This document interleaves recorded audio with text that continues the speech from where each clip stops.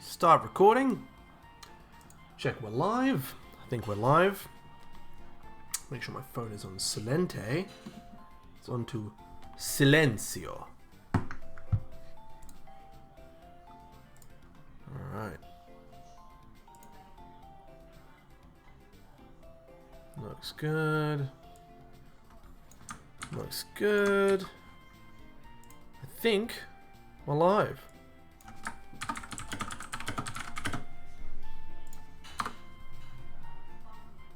I think we're good. Yes.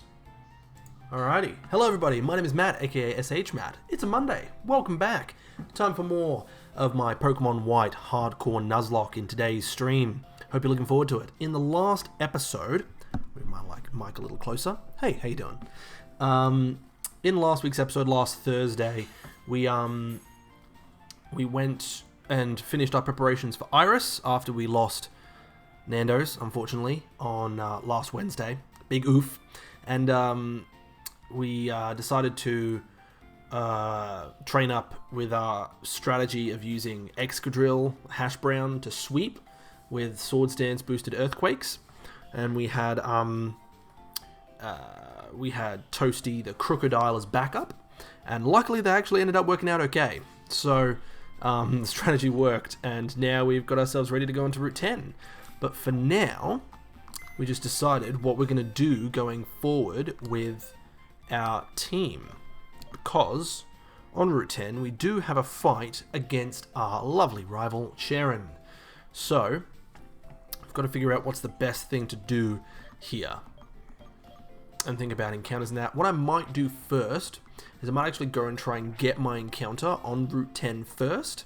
And then we can continue, and then we can head back here to Opaloosa City and do some team sorting out, and then we'll see how we go from there. Alright? But I hope everyone's weekend was good. Hope you all had a good one. A big storm on Route 7. Oh, is that related to Thunderous or Tornadus?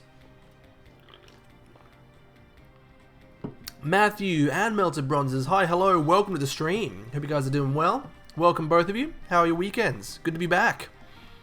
I was just looking at my encounters on Route 10, and I believe at the end of my last stream, I believe we decided that the best thing to do was to...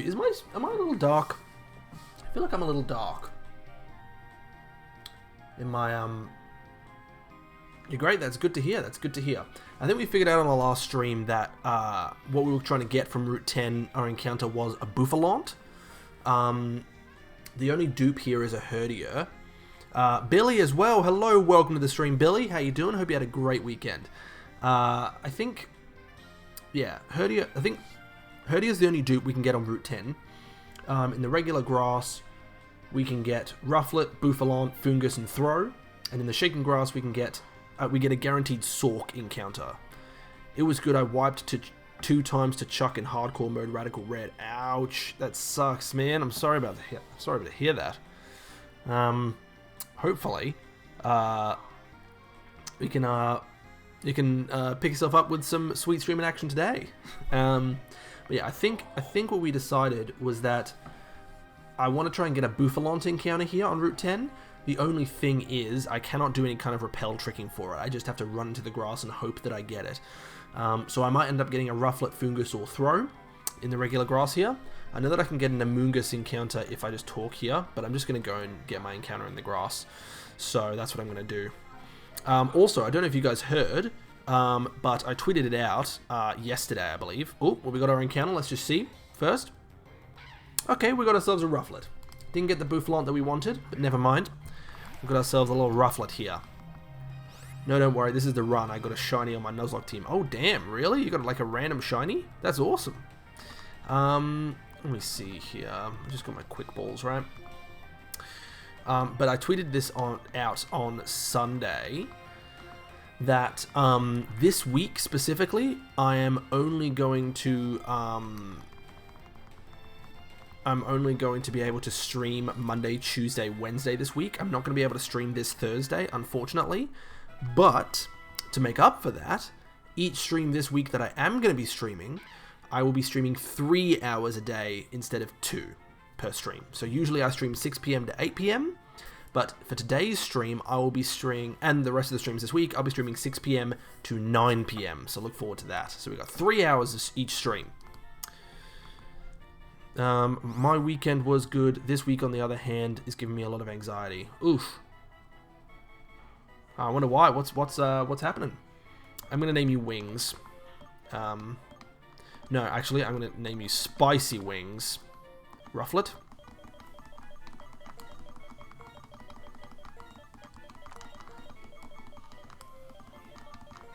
Alright, I might have to just do it without a space. You got a Shiny Staraptor? That's dope. That's so cool, man. I like Shiny Staraptor with a little blue on the tip of its, like, almost horn thing instead of red. It's cool. Spicy Wings. Alright, got ourselves Spicy Wings to Rufflet. That was our Route 10 encounter. So let's quickly head back to Opelucid City and have a look at what we want to do to prep for Charon, because that is the fight we've got coming up next. I'm just loading up my squad here, my team comparison. Let's see. This week I'll have the last presentation for university, sort of like defending a monography, but it's about my internship. Oh man. Sounds pretty hefty, but it looks good. Are you going for another Excadrill sweep, or did you just not change the title? I believe I did change the title. Did it not work? Oh, I didn't hit done. Oops. I changed the stream information, and I updated it, but I forgot to hit done and save at the bottom. Apologies about that. So the go live notification didn't even work. Whoopsie. But hello. Hello, Sinistake. Welcome to the stream. Welcome, welcome. Hope you're doing well. Right, so this is what we got. These are the Pokemon we've got. You're a relaxed-natured Rufflet. Minus speed plus defense. I don't know what that... Don't know how good that is for a Braviary. Braviary specializes in attack.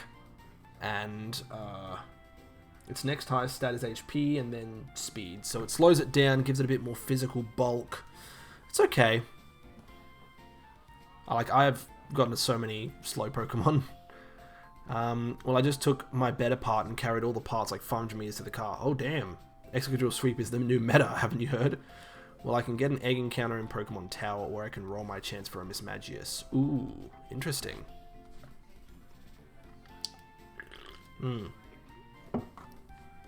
Interesting options there, Matthew. But, we got to decide what we're doing for our team going forward, especially against Charon. So Charon's team is going to consist of his Unpheasant, Simipour, Liepard, and Simipour. Oh, sorry, Serperior. It doesn't have 2 Simipours. So I would think that probably Carolina can deal with the Serperior.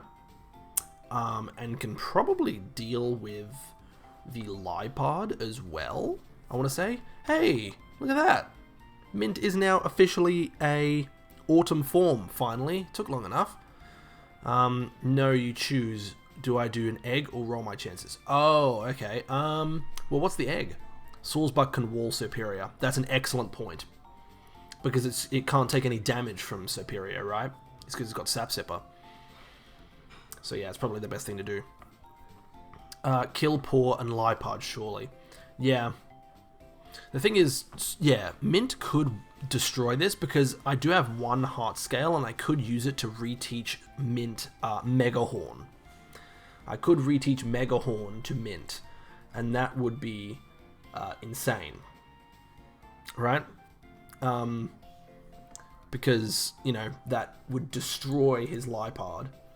And then you've got Horn Leech to take out the Jump Kick's better than Mega Horn. Yeah, that's true. Fighting move. Don't have Jump Kick on at the moment. When does he learn? Sawsbuck learns High Jump Kick, doesn't he? No.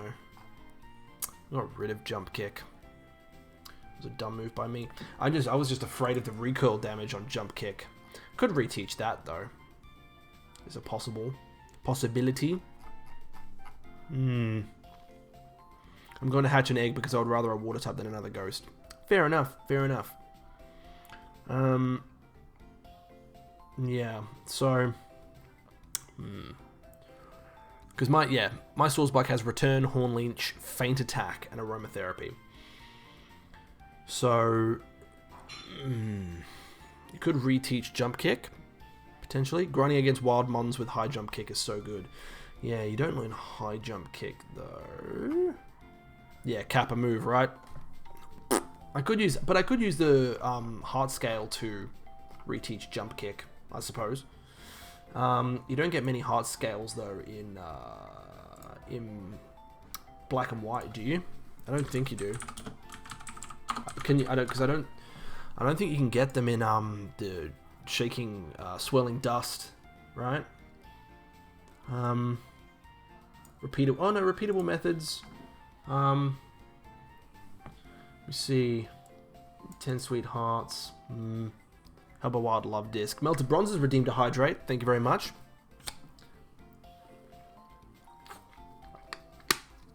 The Treasure Hunter on Route 13. That's post-game. Driftvale City daily. Show the woman a Pokemon with the requested move.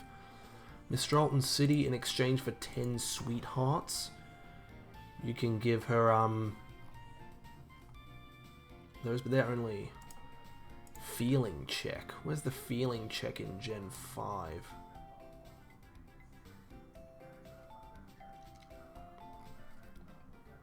That's the infrared thing. Time to grind my Magnezone from level 36 to 55. Dang. That's a lot of grinding. So yeah. But you can get some in some areas. But yeah. With Pickup and Wild Love Disc have them. So I'm not sure. Well, actually, I think I'm not going to do another fight. I think I'm going to swap to my Pokemon Emerald Kaizo Nuzlocke and going in blind. Dang. Going in blind on the Emerald Kaizo Nuzlocke. Impressive. It's very impressive and commendable. At least I got the lucky egg and I'm grinding on Victory Road. Yeah, that's good. So yeah, I think realistically I could probably... A stab return from Mint is probably enough to take out the Lipard. I mean, it's probably going to hit me with a Fake Out. Oh no, it doesn't have Fake Out. Huh. But I could use Stab Booster Return, right?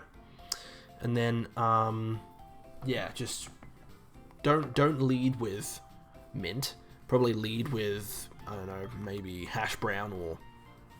I don't know about Toasty. The thing is, I don't like the fact that I have two ground types on my team, Hash Brown and Toasty here.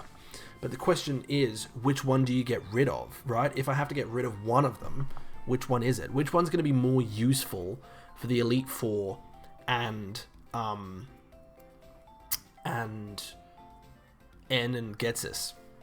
Because Toasty has that elusive dark typing, which will be very handy against both Chantal and Caitlyn, right?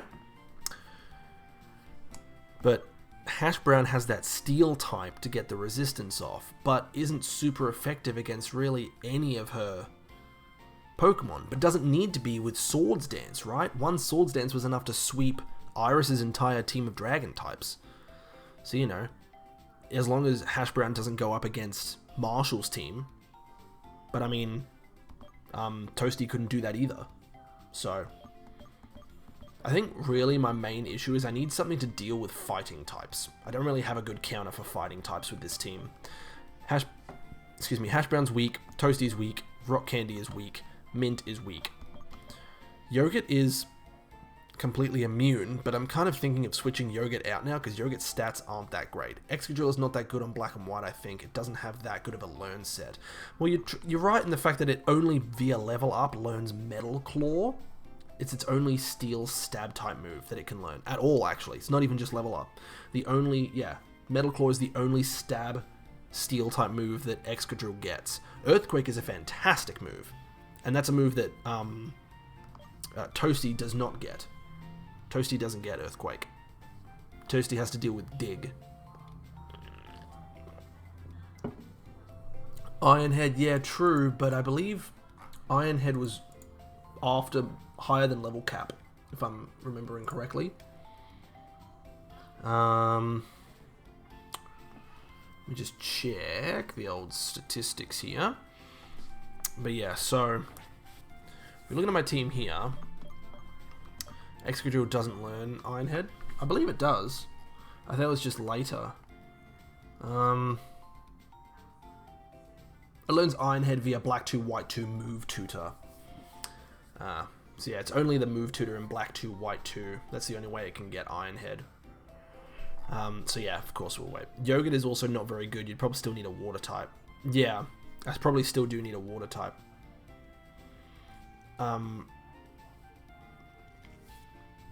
It doesn't? It doesn't, what's a mistake? Which one are you saying it doesn't do? That's a problem with Excadrill on Black and White. So Spicy Wings as a Rufflet won't evolve until level 58, 54, which is over level cap. So not really going to use Spicy Wings, to be honest. Jawbreaker, it doesn't get Iron Head in Gen 5 at all. Really? Huh, maybe Cerebee's just got it wrong. I'm looking at Cerebee, and it does have Iron Head as a move it can learn via the Black 2, White 2 Move Tutor. Maybe that's not actually accurate. Oh wait, yeah, Black and White 2 Move Tutor, yeah. So, but that's only Black and White 2, right? So like in Black and White 1, you can't get it. So Metal Claw's it. I've got a Pawniard here, Jawbreaker, which evolves at level 52, which, I mean, that's like pretty much cap, level cap. Yeah, that's pretty much level cap, so I could use one, but there's no point in me bringing it with me right now. Stake, don't know if it's strong enough. The only other water types I have, with Billy, saying that wouldn't be bad to have a water type. The only other water types I have are Frog Legs, the Palpitoad, could use a Seismitoad, or Peeking the Swanna. Also doesn't get it in X and Y and Sun and Moon, lol. Oof. Big oofs there. Maybe it's just a thing that Excadrill is, it's pretty good, but it really comes into its own when it's got like Sandstream in, when it's got Sand Rush in VGC. Seismitoad is really good. Because it gets, this one's timid, so it's a minus attack nature, but it's fast, it's plus speed, which is pretty neat, if I do so myself.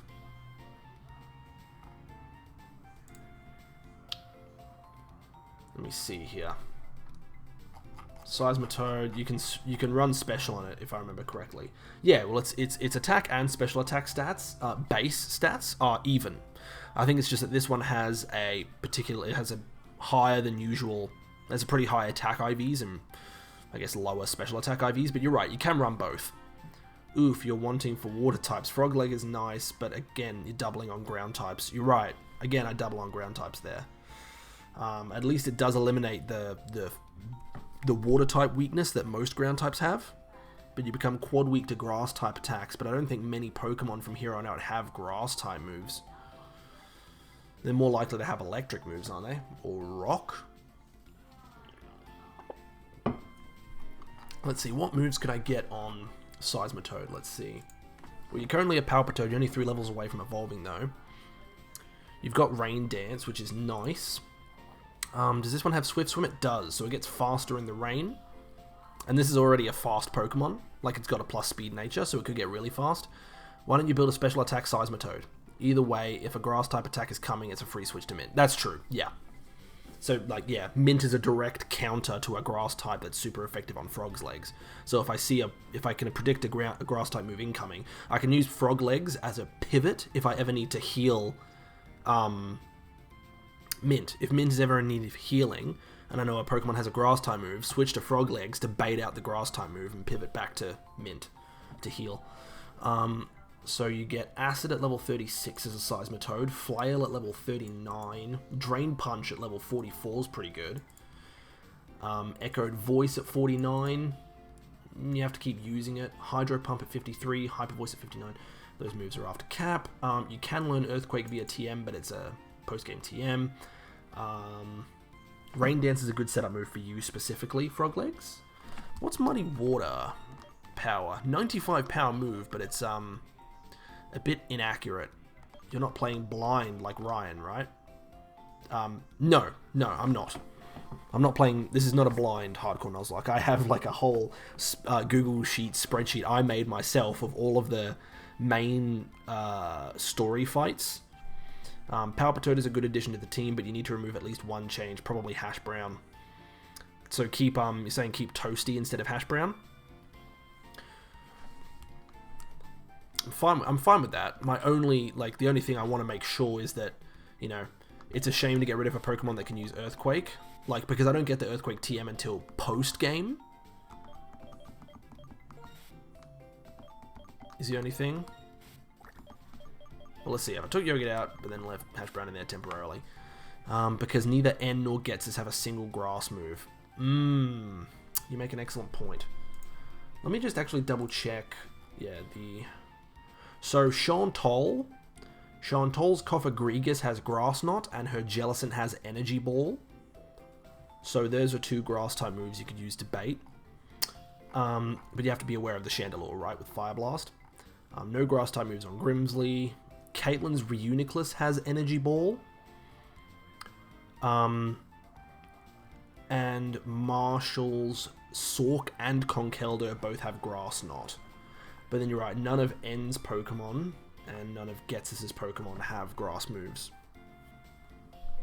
Can you switch your Pokemon between, after the Elite Four but before N and Getsus? Can you swap your Pokemon out at a PC? Is there a PC in N's Castle? I think there is. Yeah, okay. So I could use Mint specifically for the Elite Four. Oh, I need to actually change that. Let me change that sprite as well while I'm here. Change it to the autumn form. Nice. I'm just going to move over a little bit. There we go. There's also a PC. Yeah, brilliant. So I could use Mint specifically for the Elite Four, because they're 3 out of the 4 members have Pokemon that have grass-type moves. You might need an answer for dragon types. Yeah, that's a problem as well. I don't really have an answer for dragons at this point. Because you think, you know... I mean, my answer would be Dragon Fruit, right? As another dragon. But then you're also weak to ice. So, it's a bit tough. I can get the Blizzard TM. Are you going to use Zekrom? No, I'm not going to use Zekrom. I'll probably just use the Master Ball on Zekrom, to be honest. Bloody police sirens trying to find me. Are fairies in the game? No, not in this one. It's just a vanilla version of Pokemon White, so there's no fairies. So you look at N's team in Pokemon White. He's got his Reshiram, but of course I believe... Doesn't he lead with his Zoroark in Pokemon White and Black? I think he leads with the Zoroark disguised as the legendary dragon, right? So, yeah. I would need... It'd be good to have a fighting type Pokemon, actually. No, he leads the dragon? Okay. Okay. I think it'd be good to have Chow-Mein in there, I reckon. Chow-Mein doesn't have Regenerator, which sucks, but it does have Inner Focus, which is better than nothing. Bisharp instead of Toasty. When does Pawniard evolve? Pawniard evolves at level 52. So it's right at my level cap that I'm setting for the Elite Four. Well, I really should set the level cap to just level 50, right? For the Elite Four. If I can change my Pokemon between the Elite Four and the Champion, I really should just have a level cap specifically for the Elite Four, and then a level cap specifically for N, because you can leave N's castle before having to fight him, right? After beating the Elite Four, you can leave N's castle. If you can't leave N's castle, then maybe okay, I might have to yeah, 50 for the Elite Four, 52 for N and Getsus. Yeah, I think so. Yeah, it's probably what I was thinking. But can you grind between the Elite Four and N? You can leave. Yeah, cool. I thought you could. I just wanted to double check. So yeah, I think Bisharp would be really good because it has Defiant, which is great. But I'd only be able to use it as a Bisharp against N and Getsus. So, yeah. But it could be alright. But I think Chow-Mein could be pretty good. because it's a fighting type, which is super effective against N's Caracosta, Vanillux, Zoroark, and Klinklang, and is also super effective against Ghetsis' Bouffalant, Bisharp, and Hydreigon? Is it super effective against Hydreigon? But is Bisharp good against N and Ghetsis, though? Yeah. There's a Dark Steel type, not sure. I mean, it's good against N's Vanillux. Because I'm playing white version, N will have a Reshiram, so it's weak to that. Yeah, I don't know about Bisharp's usefulness here. Might not be that good, actually. Specifically in white version. Like, and also specifically just for the N and Ghetsis fight. It's probably not worth. Bisharp walls Ghetsis' lead. Oh, Cofagrigus. That's true. That's true. It does. Because you can't toxic you, and it resists. Oh yeah. Oh damn, you're right. That's hella resisting. Steel is one of the only types resistant to Dragon. It's a good point. Okay, look at this. I'm going to put Jawbreaker down here because we could use Jawbreaker in the specifically the N and Ghetsis fight. But I'll probably grind Jawbreaker up. It can't toxic you, you're immune to Psychic and 4 times resistant to Ghost. So you could like hella set up with it specifically. Does Bisharp get Swords Dance? I believe it does, doesn't it? Oh, 63. Not until level 63, that sucks. It does get Iron Head though, and Night Slash. It gets Iron Defense, so you could spam Iron Defense to get +6 defense and then just tank everything.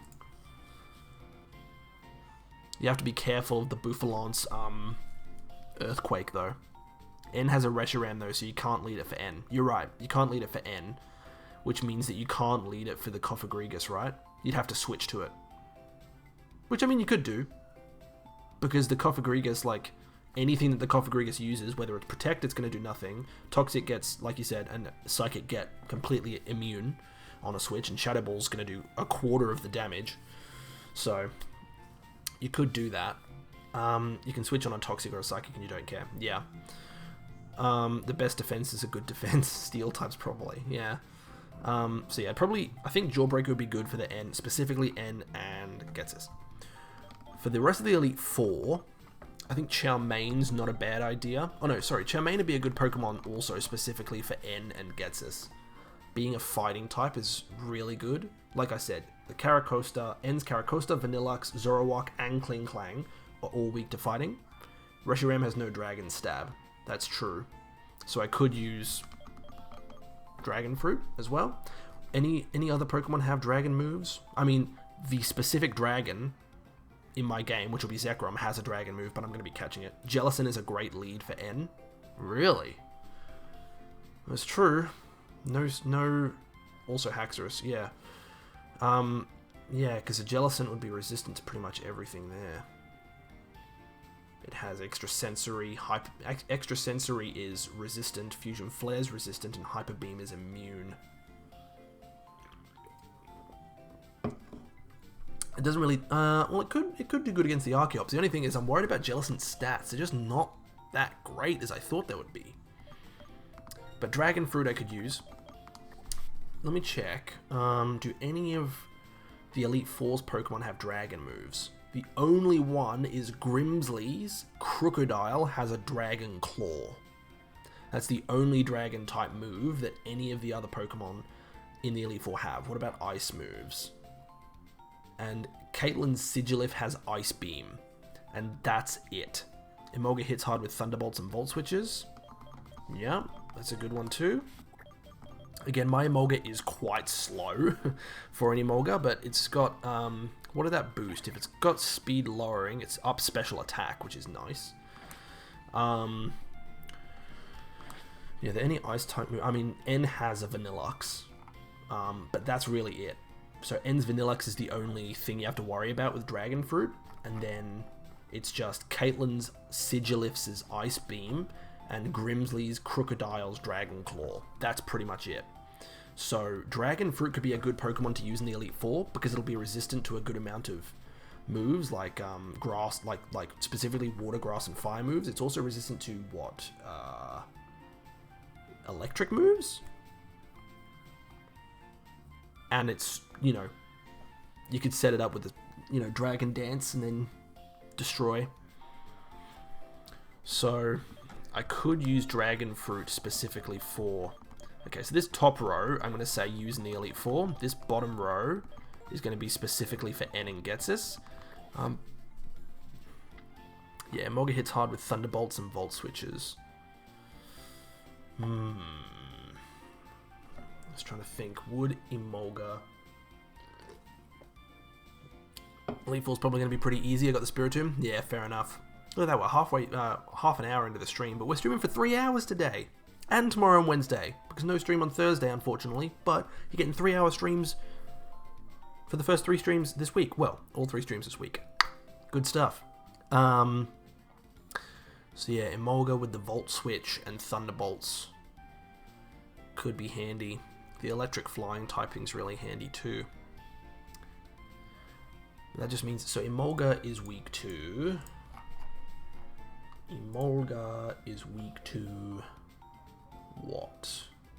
There's an electric... I just got to double check the electric flying weaknesses off the top of my head. So you're trying to finish the game this week, I see. Yeah, I'll try to.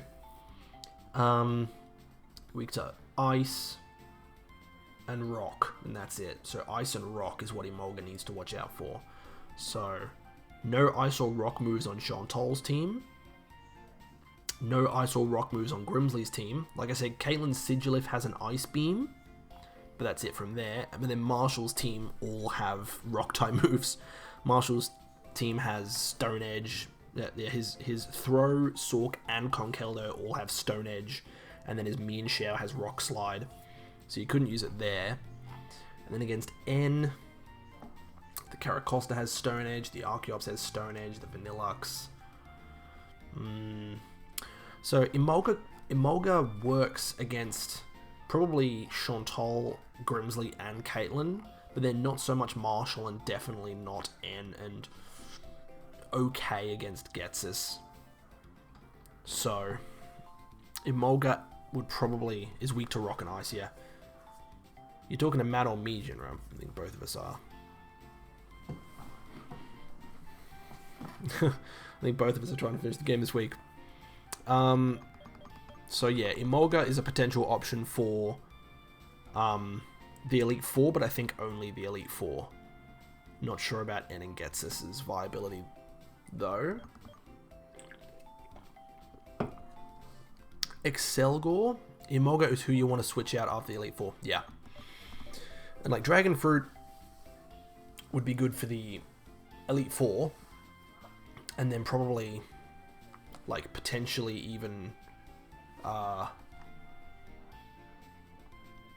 N and Getsus. Chandelure is really good, that special attack stat. Yeah, it's true. The only thing is I would have to rely on Fire Blast, so Sinistake is Jinra. Jinra. Fair enough. Marshmallow has an attack, a speed lowering nature, because of course it does. Everything I have has a speed lowering nature. But you're right, that special attack stat is really good. Because it's good against Chantal, but of course is also weak. And because it's got a speed lowering nature, it might get outsped by a couple of things. So I've got to be careful there. You're weak to Grimsley. You do super effective against Caitlyn, and you're completely immune to Marshall's stab moves, although that throw does have payback. So you got to be careful against that. And the throw also has Bulldoze. Ghost types are generally great in this Elite Four. Yeah, I hear ya. So Marshmallow's a potential one as well. Potential option. This Chinchino is terrible. It doesn't even have Technician, sorry. Or the other one, I forget which one it gets. Like, it's either Technician or Skill Link, I forget. It's got Cute Charm and its stats are bad. Peking. Water Flying type. You're quad weak to Electric. There's a decent amount of Electric. Skill Link, yeah. There's a decent amount of Electric moves, especially on Caitlyn's Pokemon. 3 of her 4 Pokemon have, like, an Electric move. Spinach. That's a Larvesta. It is, but before you get excited, I checked, and Larvesta. This Larvesta called Habanero doesn't evolve into a Volcarona until I think level 58? Because I got excited too. I thought, ooh, a Volcarona? Exciting. Yeah, 59. It evolves at level 59. Big oofs there. So it's not really an option, unfortunately. Shame. I wish I... Because in Black and White 2, you get a Volcarona that you can catch in the Relic Castle at level 35. But you don't get that in Black and White 1. Braviary's nice. Braviary is nice. It's got Sheer Force for its ability, which is really good. Again, though, Rufflet evolves into Braviary at level 54, which is above level cap again. There's so many Pokemon in Gen 5 that evolve late, and it sucks. Yeah, bloody Gen 5. Sick of it. Spinach is a bug grass type, is quad weak to fire and flying. It's so annoying how the final level for most games is so low. Yeah, it is, unfortunately. So yeah, I think... What do I do here? But Palpitoad in the bottom row. Yeah, I think put Palpitoad in the bottom row. So specifically against N and Getsus. Really breaks your planning because you don't have the best moves or sometimes Final Evil. Just plan Elite 4 for now. Yeah. You're right. Just plan Elite 4. Yeah, I think for the Elite 4, I think I want to put Larvesta in the team and the rest to the box. What? Just Larvesta? But it won't evolve into Volcarona. So you have an oversight. Oh, of everything? Sure. I get you. I understand what you mean. I thought you mean like actually use Larvesta. I'm just not smart. That way you can see all the mons in plan. Yes. Nope, I meant here, you silly butt. And Larvesta won't be used. Yeah, we know this. To be honest, Rufflet won't be used either, so I'm going to move you up to the top there. Alright. So, Toasty is a good Pokemon to use pretty much, I think, throughout the whole thing, right? Dark type is super good against Chantal and Caitlyn. I think Exca isn't good for N and Getsus personally. Yeah? I mean, to be honest, Excadrill isn't good against Marshall, but does do well against Caitlyn, Grimsley, and Chantal, except for the Jellicent and the Chandelure. Intimidate Pivot slaps too. Yeah. So I think Toasty's got to stay with us the whole way, I think. So I'm going to put Toasty in the bottom. Toasty's going to go in the bottom because that's like... Toasty's going to be with me for the Elite Four and the... Actually, you know what it is? You know what I'm going to do? I'm going to make some room up here. Crook is a sure pick for both the Elite Four and Getsus. I'm going to put everyone up the top here. Everyone in these first two rows. Then, so they're all at the top. Oops. Come on. Navigate the PC like a normal person, please.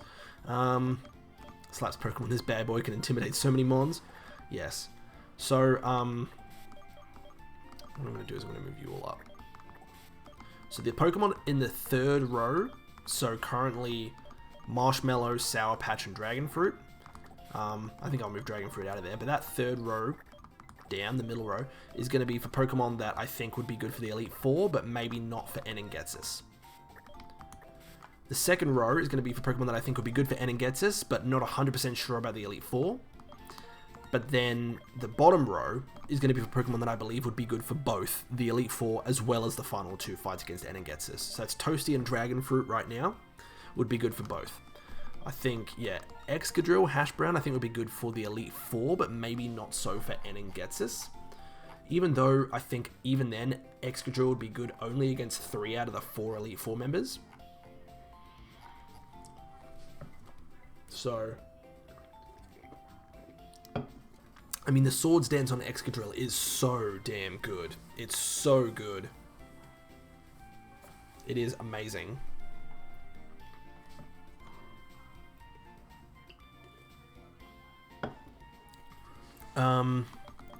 Mint, I think, is good for the same. I think Mint is good for the Elite Four, but maybe not so for N and Getsus, because there are actually a surprisingly large amount of Pokemon that have grass moves in the Elite Four. Or, well, okay, maybe not. EK was going until Roxanne got 2 crits in a row in this game. Crits double damage. Yeah, isn't that what it is normally? Crits are double damage, I believe, up until Gen 6. Then from Gen 6 onwards, it's 1.5. Elite Four has a lot of fighting coverage, though. It does. I mean, one of them is literally a fighting type gym leader, Elite Four member. I might put Mint at the back just for now. Oops. Get out of there. Fairy Floss, you are not going to be part of anything. What would Escargot be good for? Would Escargot be good for anything? I mean, it seems like it'd be okay for Grimsley and Caitlyn, being a bug type. And it's fast. Sawsbuck can sweep Caitlyn. Yeah, pretty much can, right? The only thing you have to be careful of is the Sigilif has an Ice Beam after baiting an Energy Ball from Reuniclus. Yeah. You got to be careful of the Reuniclus using Focus Blast, though. But if you can bait the Energy Ball, right?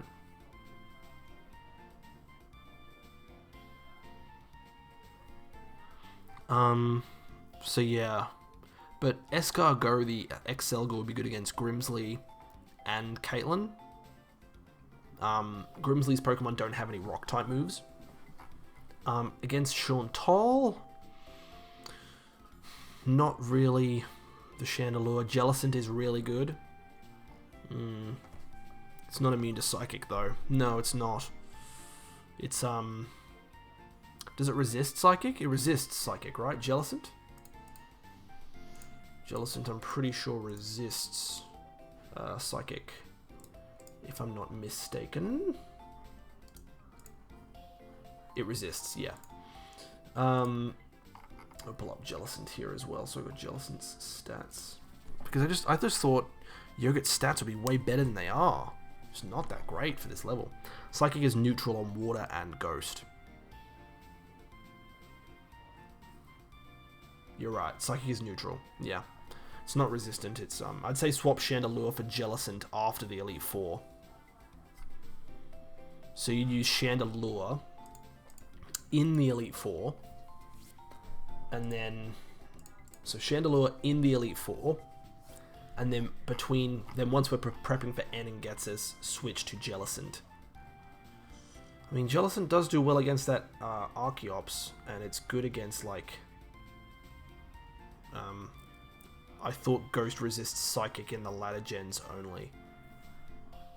No, I'm looking at Cerebi, and it's showing Jellicent as being just neutrally defensive against Psychic.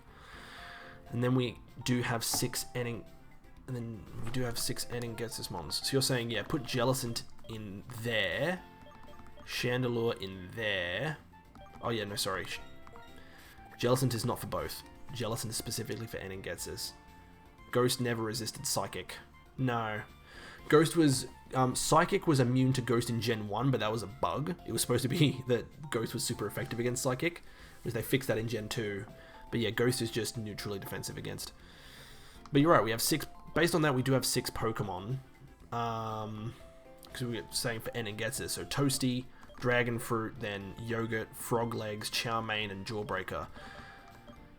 So that would have us doubling up on the water types. It would have us doubling up on the dark types. It would have us doubling up on the ground types as well. But then you have a fighting type and a dragon type as well. Then either Darmanitan or Gigalith for the Elite Four. I mean, Carolina with Sheer Force is crazy good with that Fire Punch. Does Hammer Arm... I've got to double check if Hammer Arm triggers in...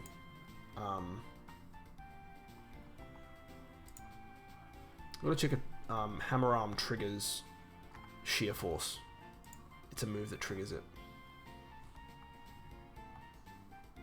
It is not. Hammer Arm doesn't get triggered. Does Rock Slide get triggered? Rock Slide gets triggered. I'm pretty sure Dig wouldn't get triggered. Nope. But yeah, so Fire Punch and Rock Slide trigger Sheer Force. Hammer Arm does not, and Dig does not. You know, Sheer Force only takes effects that benefit the user. Yeah. You learn Super Power at level 47. Could be good. We could replace. Yeah. Would you replace Hammer Arm with Super Power? Because Hammer Arm is 100 power, 90 accurate, but it lowers speed. Super Power is 120 power, 100 accurate, but it lowers both attack and defense. Super Power can't sweep the Dark Guy either. Yeah, you can only use it once. Hammer Arm you can use multiple times. Yeah, Grimsley. And you get Overheat at level 54, but that's after cap. What are the fighting moves? I mean, don't you get... I can teach him Brick Break. Does Brick Break get boosted? It does not. Dang it. I'm like, dang it. But I could teach Carolina Brick Break, which is quite a reliable move. The attack stat carries. Yeah. Brick Break should sweep Grimsley. You would think so, right? But would you put Brick Break on Chow Mein there? Could I just use Chow Mein in both?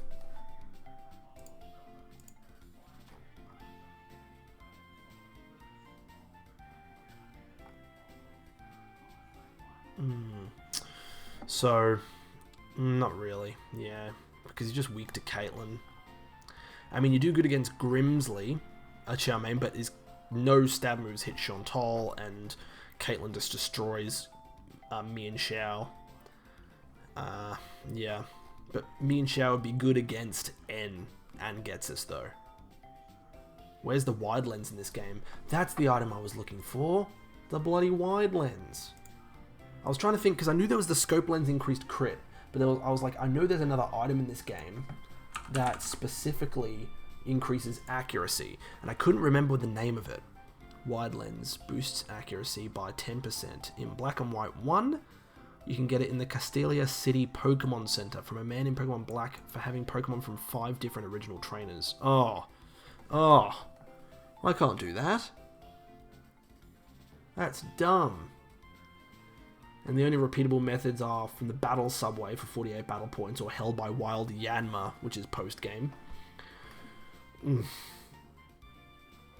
That's irritating.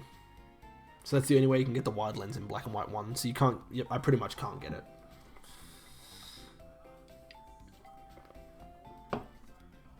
Which is disappointing.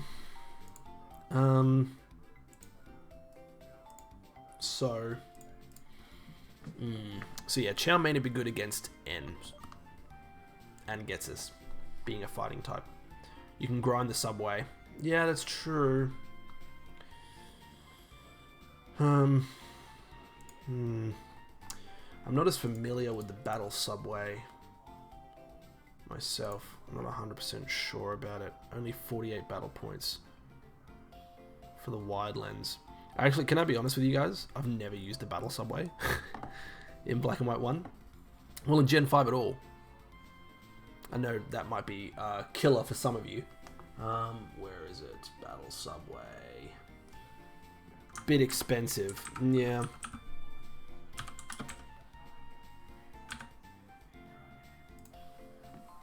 Here we are, Battle Subway.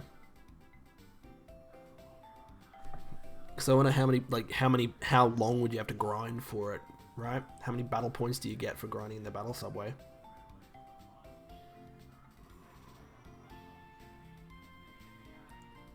So yeah, you winning 7 battles in a row gets you battle points.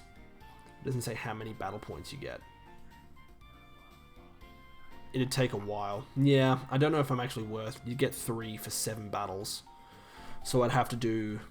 What's that? 16 times 7. Well, 16 times 7. Oh, then 10 for the third time. Okay. OBS Eister, hello, welcome to the stream. Hope you're doing well. Hope you're having a good one. Hope you had a good weekend. Welcome back. Run's going well. We are doing some end game planning right now. 16 battle points for 21 battles. Ugh. So you'd have to do 63 battles for a wide lens. Ooh, that's a lot of battles. I don't know about that. Don't know about that one, Chief. Just hack him in? No. I can't hack him in either. I'm on a capture card. I'm playing on an actual game. Couldn't even hack him in even if I wanted to, but I don't want to.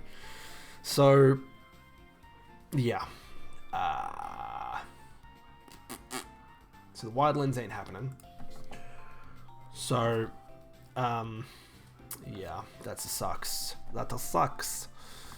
So yeah, these two are going all the way. Across both. I need another Pokemon for the Elite Four, maybe. If these guys are going to be used against N, like this team of 6. So specifically against N and Getsus, I guess we ain't going HJK then. Well, my new gen is more of a remake of Johto. Ah, nice. You can just you can use Drain Punch and potentially farming a Choice Band.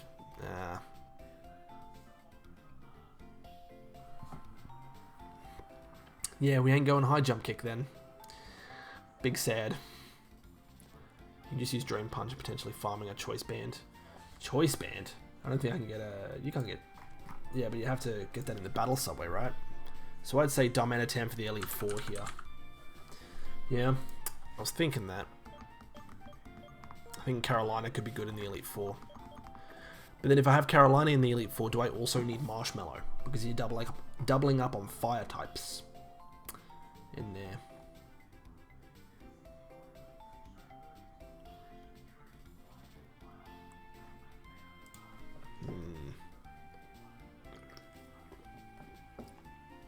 Yeah, I'm not going to get the Choice Band.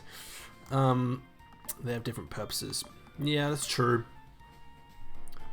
Marshmallows for the only thing is I'm worried about Marshmallow not being fast enough against some of the Pokemon. That's my only fear. That like Marshmallow won't be able to take a hit. Chandelure is for Marshall and Caitlin. Oh, okay. Not for Chantal. Fair play. Fair play. So then for Chantal, Darmanitan is for Grimsley. Yep.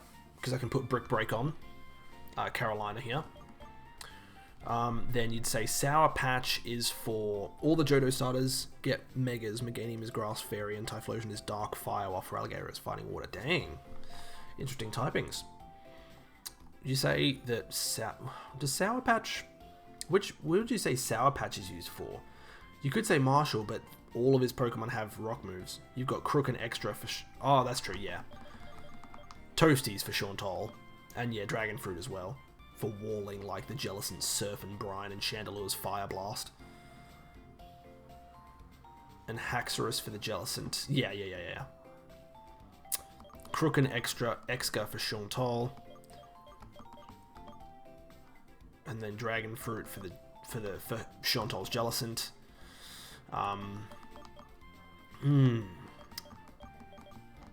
yeah, definitely using Toasty and Dragon Fruit. Definitely. For sure.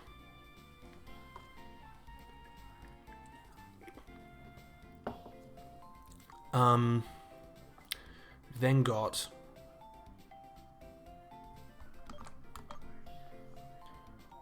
remember that you can sack the mons you're not taking to N and Getsus. Excellent point. You make an excellent point. So, Sour Patch, right? The Emolga. I mean, think about the Elite Four order. Yeah, that's true. Well, because of course the Elite Four in this game doesn't have an order. But,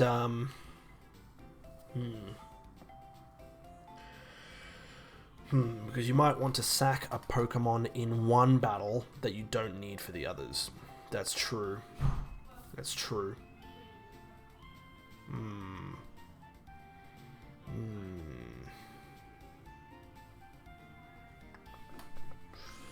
This is tough, man. Gotta make those tough calls.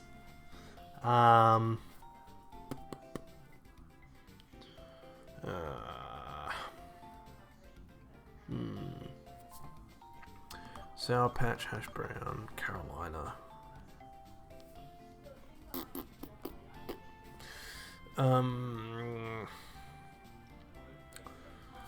So we're saying no to Rock Candy, right? The Gigalith. Like do Chantal last and sack Chandelure for a kill, or Golurk. Which threatens your ghost resistances. Yeah, that's true. That's a good point. Do Chantal last, so that when my Pokemon that are resistant to all the other ghost types, like, yeah, Hash Brown and Toasty, but when the Golurk comes out, switch to Marshmallow and try and hit it with a Shadow Ball.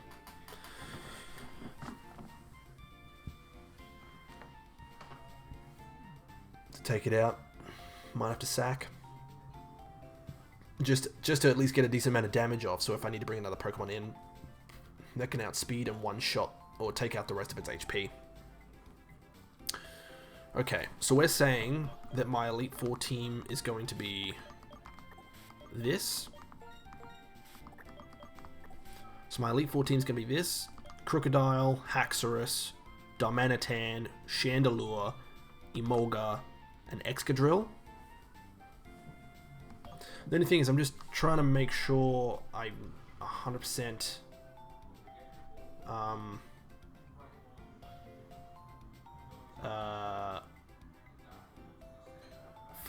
I'm trying to make sure I get the Emolga's strat down. Feraligatr gets Moxie and Typhlosion gets built-in specs, while Meganium gets an ability that makes it take -1.5 damage. Those are the abilities. Dang. Crazy. I need to...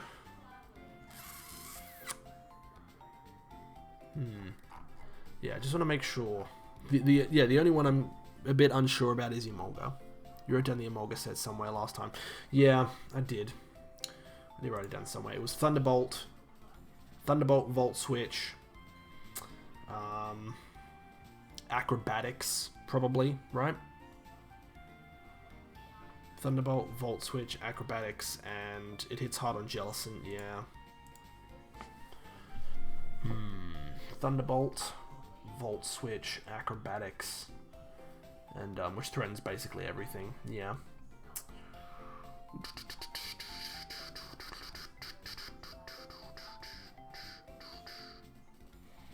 Then what do you make its fourth move? Volt Switch, Thunderbolt. Oh no, wait, do I even get the Thunderbolt TM? I don't think I even get the Thunderbolt TM. Hold on a minute. Oh, it's in the P2 lab? What are you talking about, the P2 lab? What? I've been to the P2 lab already. I was at the P2 lab. Oops. Doesn't it get Thunderbolt by level up? It does not. At least not in Gen 5, according to this. So Emolga has, at this point it has Charge, Spark, Pursuit, Double Team. It learns Shockwave at level 22, Electro Ball at 26, Acrobatics at 30, Light Screen at 34, Encore at 38, Volt Switch at 42, Agility at 46, and Discharge at 50. So we could give it Discharge, actually.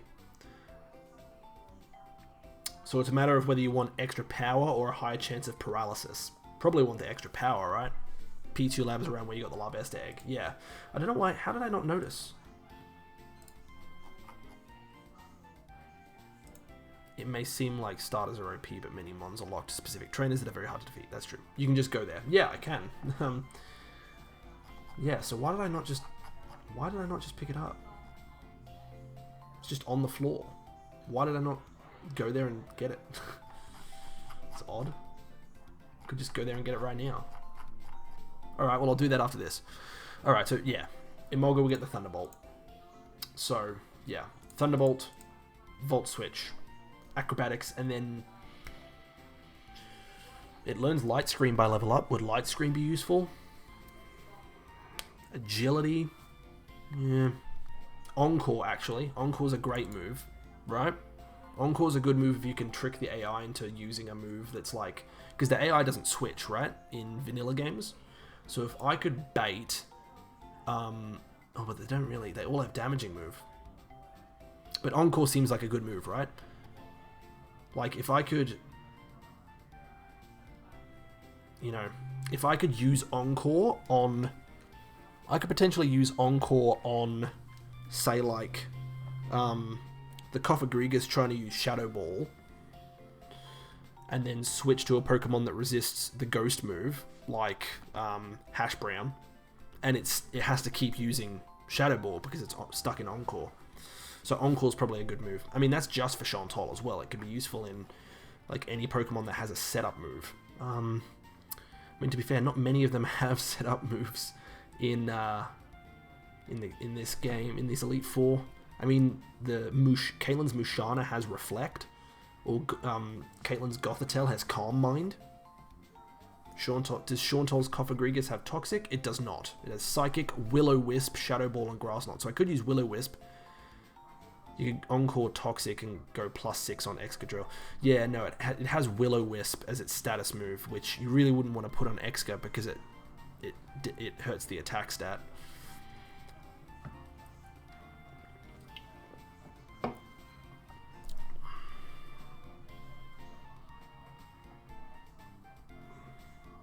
Encore, Will-O-Wisp, and set up Chandelure. That's true. Yep, set up Chandelure. And it could work for Grimsley as well, because, maybe for Grimsley, because, if I can somehow get a Poison Jab bait from the Scrafty, then use Encore and then switch to Hash Brown, who's immune to Poison Jab, just set up with that. Flash Fire boost. That's true. So you got Flash Fire.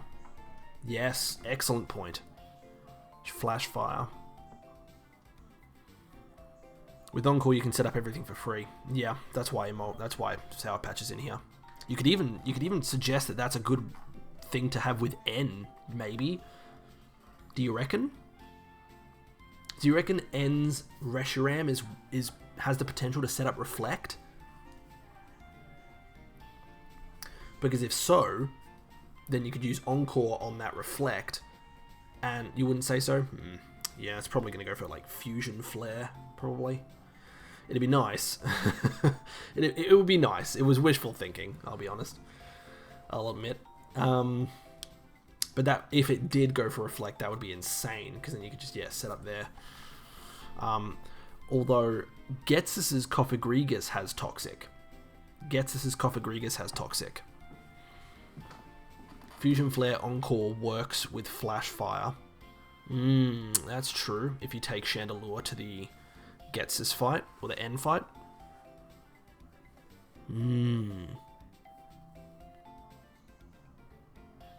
Yeah, but you wall that Koffagrigas with Bishop. True.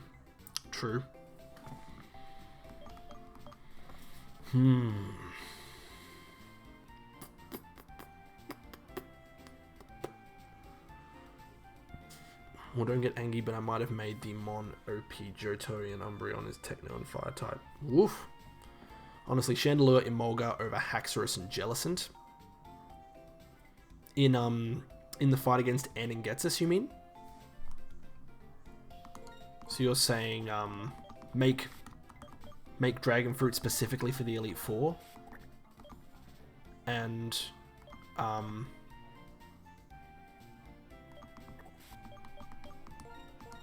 do Chandelure and Emolga over Haxorus and Jellicent.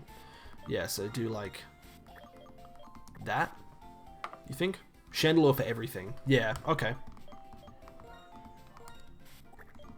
So I'll make Chandelure for everything, like Toasty. Jellicent out altogether, you reckon? Like, just not for anything?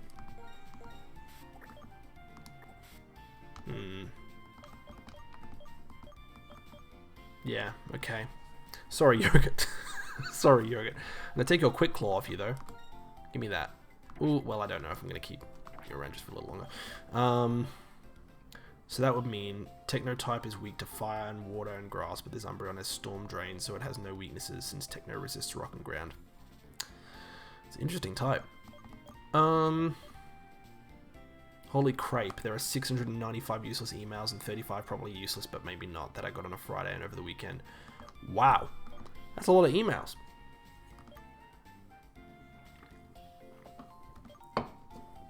So that would mean our team against Enengetzes will be Ground Dark, Ghost Fire, Electric Flying, Water Ground, Pure Fighting, and Dark Steel. So only 2 double ups on types.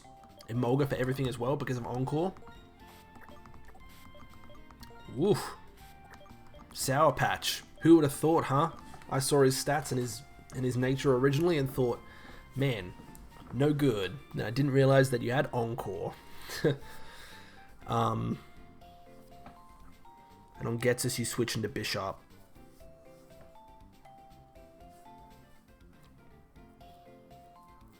So you're saying lead with...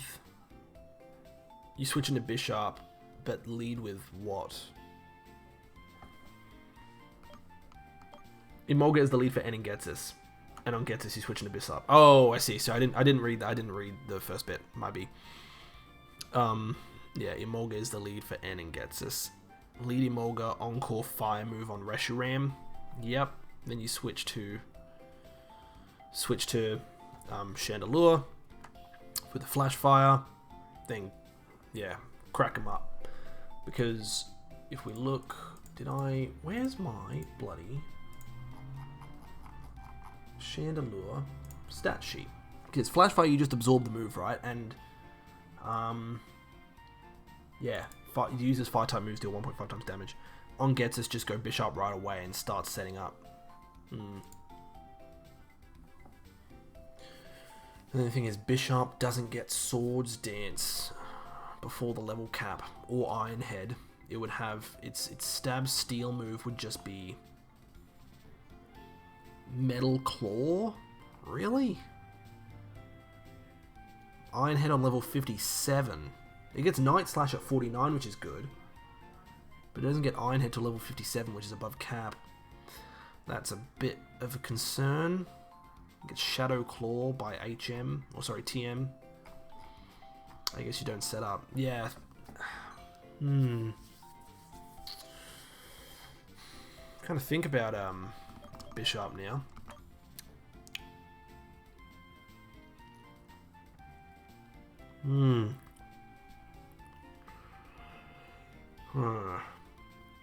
Because it just gets Metal Claw as stab, and it gets Night Slash. I mean, it can only set up Iron Defense, really.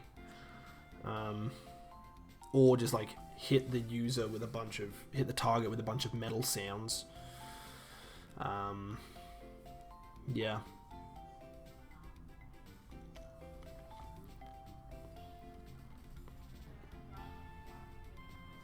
Swords Dance TM? Is there a Swords Dance TM in this game?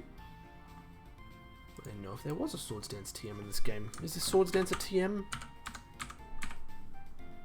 It is, TM 75. It's a gift from the Sage in the Dream Yard. I'm guessing that's post-game. Yeah. That sucks. They're limiting all the stuff till post-game. You don't get any of the cool evolutions till probably post-game, and you don't get any of the cool moves until post-game.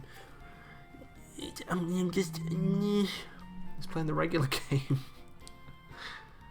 Man. Annoying.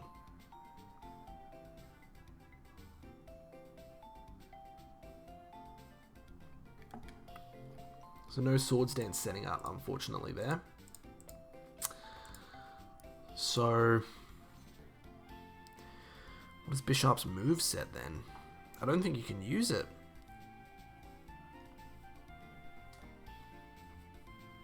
It's got Metal Claw now, and that's going to be the best Steel type move it gets within the level cap. And we already have a Dark type, right? I mean, Steel type does resist a lot of things, so it'll be resistant. But specifically physically resistant.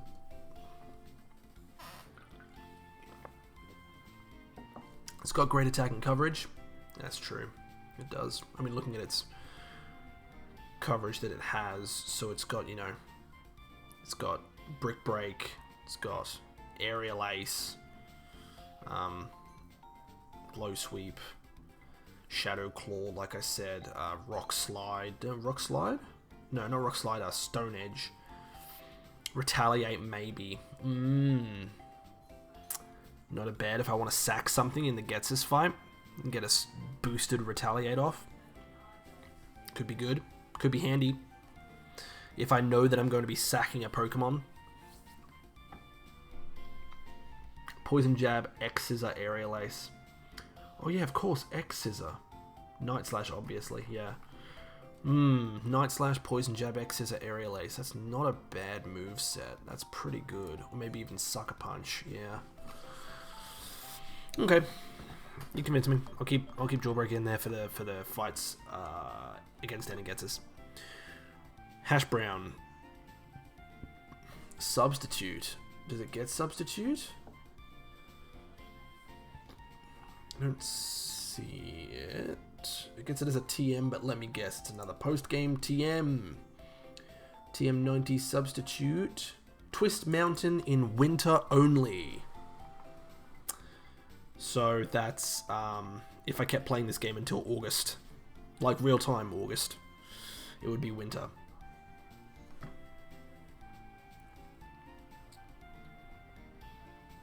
So...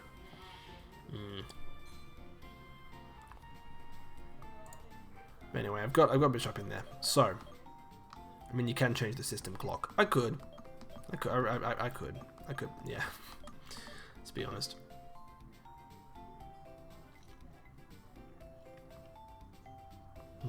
Okay. Well, let's just make sure I got the Mons that I want to use down. So, that's not what stops you from beating a Nuzlocke. That's true. Toasty. Marshmallow and Sour Patch are going to be used across all three. I mean, across the Elite Four and then Getsus. Specifically against the Elite Four, having Dragon Fruit, Carolina, and Hash Brown. And then swapping those three out for Frog Legs, Chow Mein, and Jawbreaker when we go to the Elite Four. And then for Charon and Victory Road, you want to use the Mons that aren't for the League. Yeah, because you don't want to risk sacking any Pokemon that you're... or losing any Pokemon that you want to have before then.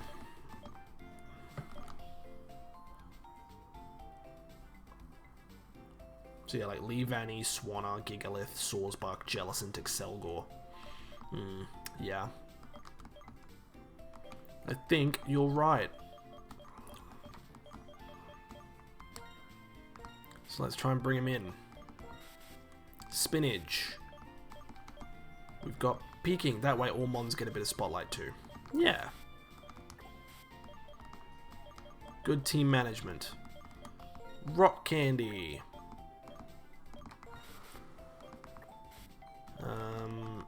Escargot. Oops. Mint. And finally... Yogurt. Okay. So we'll need to train some of these guys up because they're not all the same level. And of course, because I'm playing a regular game, it means there's no speed up or anything, so I have to grind these guys up.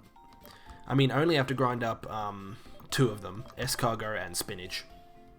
I have to get them up to level 43 or whatever. No rare candies. Nope. Absolutely none. That's what. Just hack in the candies though. But it's a cap card. I can't. It's an actual physical game cartridge. I can't hack them in. I could if I would if I could. And let's be honest, I'll end up using it for the White 2 Nuzlocke. Excuses, so much hate. I know. Okay. But that's the team I've got. Teams are set up and ready.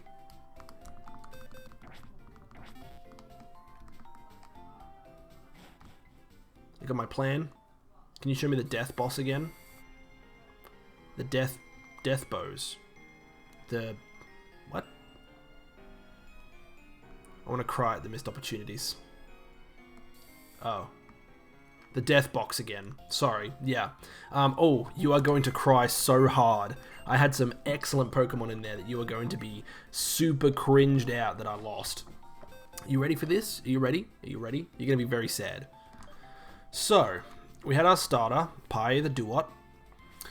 We had Cornflake the Herdier, so I didn't get a chance to even be a Stoutland. We had Pancake the Ordino, was really good for us for the early and mid game. Twix the Conkeldor is a big oof that we lost him, or her, sorry. Sherbet the Galvantula was a big oof as well. I was so excited to use Compound Eyes Thunder, didn't even get a chance. Ordino literal Elite 4 carry, yep. And then of course Nando's the Archeops who went down to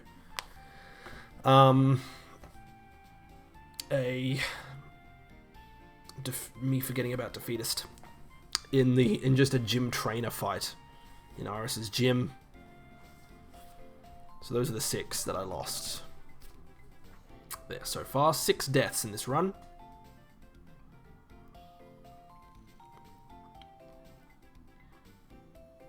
Yeah. Big Omega lol on the How is Ordino an Elite 4 carry? Yeah, it's got Wish. Such a good recovery move when you're not using items. When you don't have items. Wait. Which of these are holding items? You're still holding a Fighting Gem, you're still holding a Shell Bell. Smoke Ball, Cherry Berry, nothing, Black Glasses. They're not holding anything. Yeah, you wish it was a carry. Nice. Okay. Billy never watched a good Black and White Elite 4. Alright. Spinach is back. And Escargot is in.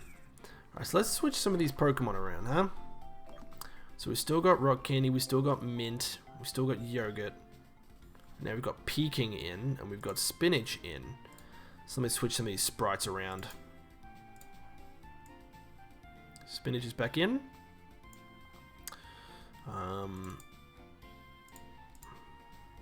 We've got... here we've now got Peking back. Yeah. And we now also have Escargot. Did I bring Escargot in as a sprite? I didn't download Escargot's sprite. Yeah. I watched the Black and White speedrun that happened as GDQ. Speedrun isn't a good Elite 4, but for reals, I was making a silly joke on Wish. I never played any Gen 5 games, so I have no clue on how good it is or isn't. Fair enough. Look, this is... I'm learning Nuzlocke as I play them, right? So getting advice from you guys is good, and I appreciate it. Because I think, oh, that Pokemon's going to be good. When actually it isn't. Or I just don't use it well enough. So where's bloody... Where's the Excelgor sprite? It's here somewhere. In Gen 5, Ordino is actually really good. Gen 6 plus Fairy types outclass it. Yeah, it seems like it.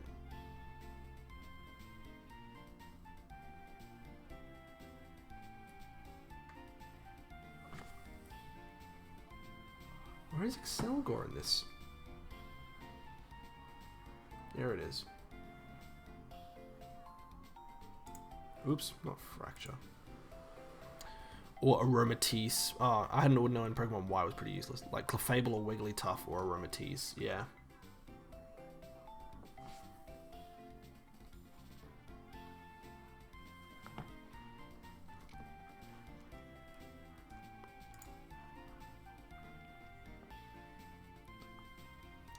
get that.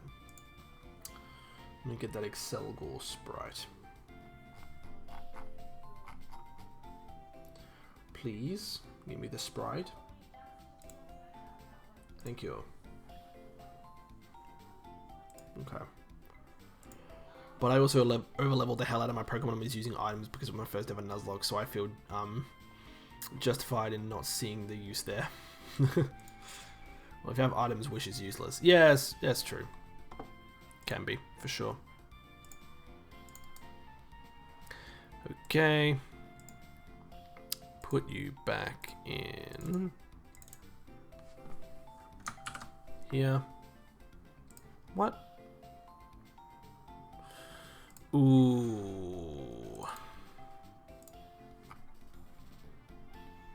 Where are you? There we go. Okay, boys and girls, we have an Excelgor.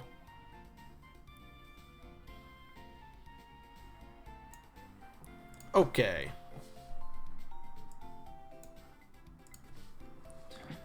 This is our team. Now, up until Victory Road, this is going to be our team. When we are doubled up on a lot of types. Doubled up on the grass, doubled up on the bug, double up on the water. Whew.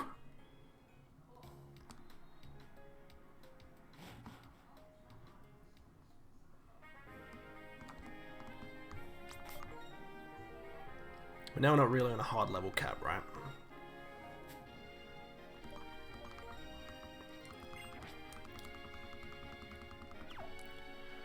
I guess I can train on Route 10, right? Against the wild Ordino on Route 10. Not on Route 9. Level 33 to 36. Oops.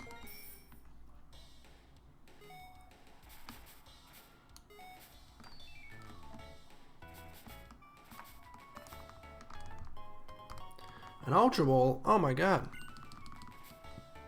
Wow, so we actually spent an hour and 20 minutes just planning the teams for the end of the game. Really probably should have gotten to the end of the game first. Let's see. This Battle Girl has a Scrafty and a Mienfoo. Now they have Crunch. Well, at least the Scrafty has Crunch. Peking should take care of them both, though, I'm pretty sure.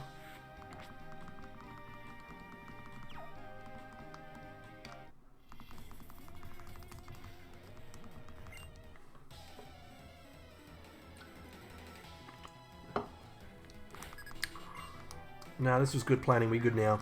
Nice. I'm glad. And hey, I'm learning stuff for my first Nuzlocke for like convenience's sake. Going forward for this way we can put the mons for the league somewhere safe instead of using losing Crocodile to Sharon. Yeah, it's a good point. I think honestly what I need to do is I need to oh, come on. You love the double scary face, huh?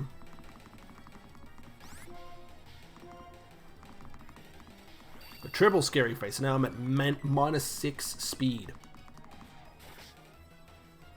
I spent way too long yesterday planning and being disappointed with my mons for the Omega Ruby Elite 4. Planning is important. Yeah, it is. I just think for my next Nuzlocke, I'm going to be hacking in them rare candies. Because I think no one wants to sit around, you know, spending ages watching me grind. You know what I mean? It's the big difference between winning and losing monster stupid crits. Yeah. It is. It is. You're right. I just want to make sure I give you guys the good battles. You know what I mean? And not have to waste so much time grinding. Even though it's something that I kind of have to do, unfortunately.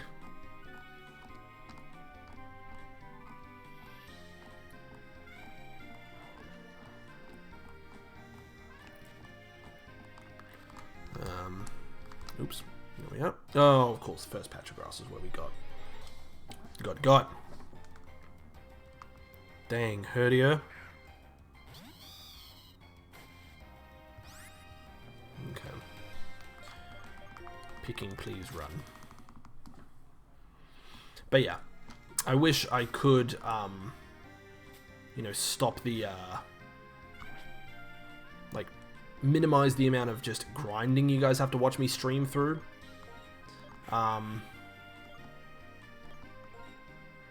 But I wish, but I know that I can't do that on this game because I am using a, you know, I am using a,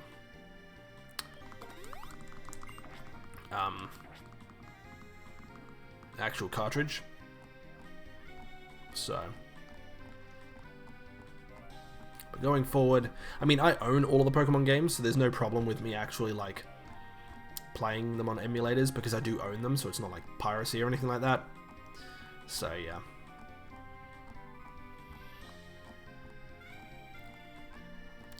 But now we're just going to be doing some grinding to get both spinach and you can get the item back there, can't you? Well, I think 2 of them are Amoonguss. I'm pretty sure. I mean, I've already gotten my encounter though, so I could just get him. Yeah, that's an Amoonguss. Yeah, you just dump the ROMs and you're all good. Yeah, so that's what I can do. So going forward in future Nuzlocks, I'm going to be doing that. Well, my next Nuzlocke is going to be a White 2 Hardcore Nuzlocke. So I'm going to be doing that on the emulator. It's still a vanilla version of the game, but I am going to do stuff like hacking 9.99 rare candies because, you know, there's no real, you know, I don't think you guys, I think you guys can trust that I'm not going to abuse rare candies to cheat the system or whatever. Your grinding was a problem with fighting mons. Yeah, I know. Yeah. Will you do challenge mode? I hadn't thought about it actually. I hadn't thought about challenge mode. I have the boss fights down for Black 2 White 2 challenge mode. I could do challenge mode. To be honest, I'll be honest with you, I've never actually played challenge mode before in even just like a casual playthrough of Black 2 or White 2. Yeah. Oh yeah, of course, at the same time, I don't mind grinding that much because I'm here for the vibes. Nice. You're here for these sweet vibes. That's what you guys are here for. It's good. You'll watch a dumb Australian man be bad at video games. Well, normal mode Black 2 White 2 is kind of plain. Yeah, it's true. It's true. Like you get a bit more special stuff happening with the White 2 challenge. You know what? I think it's the second hardest vanilla game. You know what? You're right. You know what? Because after White 2, I want to try an enhancement hack. I want to try Renegade Platinum, right? So I think after after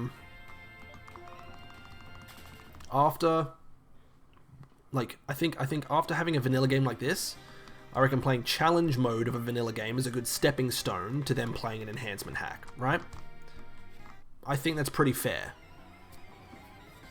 Yeah, Black 2 White 2 challenge mode is the perfect step. Yeah, that's what I think. Ooh, Stoutland. No, thank you. I am not a fan of this.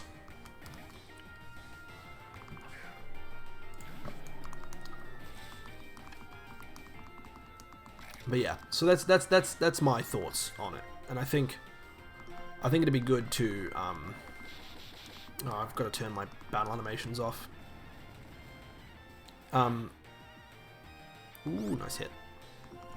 I think it'd be fun to, yeah, it'd be nice, it'd be cool.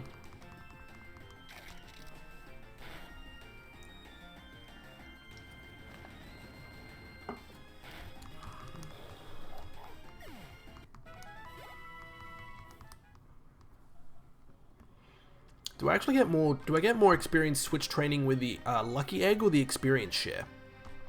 I don't know which.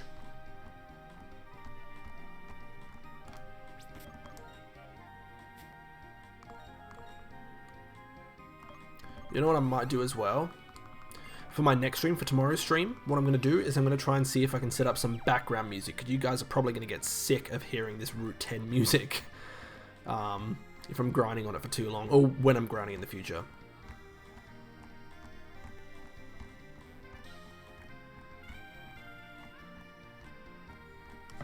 Yeah, so I think it'd be fun though. So yeah, after this White Hardcore Nuzlocke, I'm going to do a Pokemon White 2 Hardcore Nuzlocke, but in challenge mode. And the thing is as well, with that kind of stuff, I'm able to do multiple attempts, right? Because I'm more willing to do multiple attempts because I'm able to speed up the game. Lucky Egg on the lead mon and experience share on the other. Like, but if I'm switching to another, like a Rock Candy who doesn't need as much experience, like I'm just trying to get as much experience as I can into one Pokemon. Is that the best thing to do?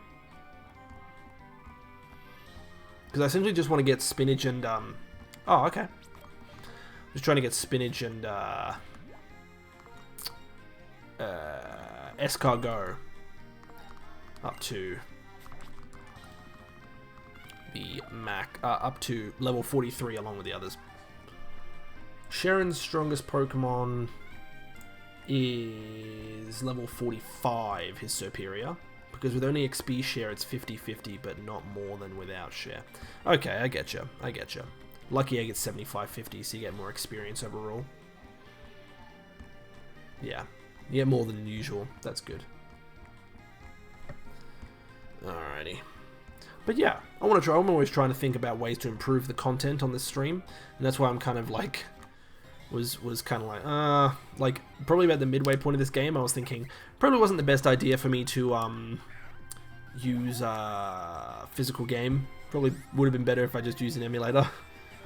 But I mean, you know, I haven't found a single Emolga on this route. Sorry, Ordino on Route 10 yet. It's been Emolgas and Stoutlands. I might actually do some damage. Yeah, 34. 68 on a crit. Okay, you're dead to crit now. But you'll go one-shotted. Rock Candy is level 44. So yeah, my level cap for level for the Elite Four is going to be level 50. So any of my Pokemon go over level 50, it's going to be blah blah blah blah blah blah blah.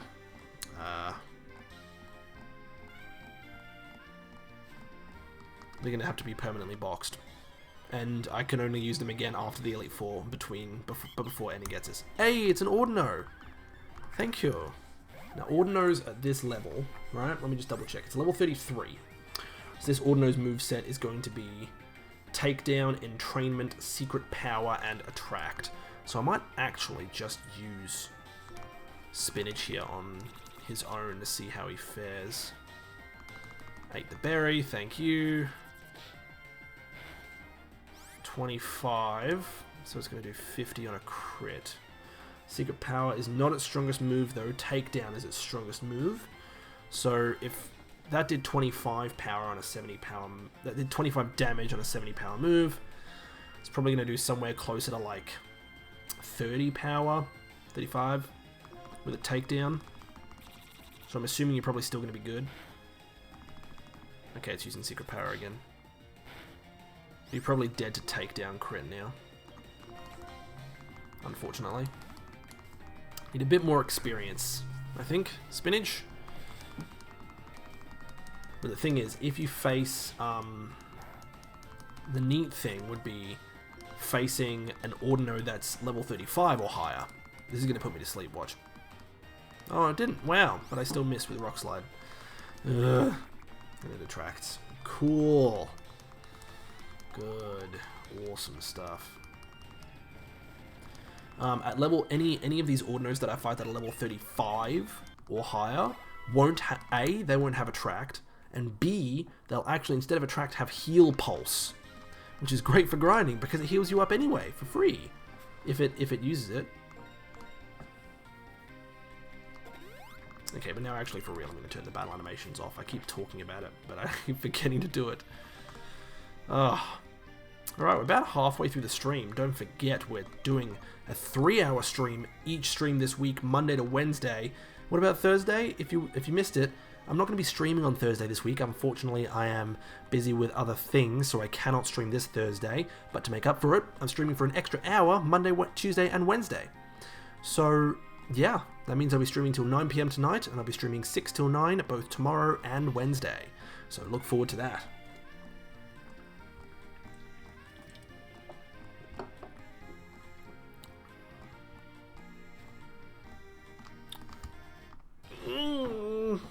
Why is this game like this, where it loves to... I love the Gen 5 encounter rates. They're so good. They're so fun.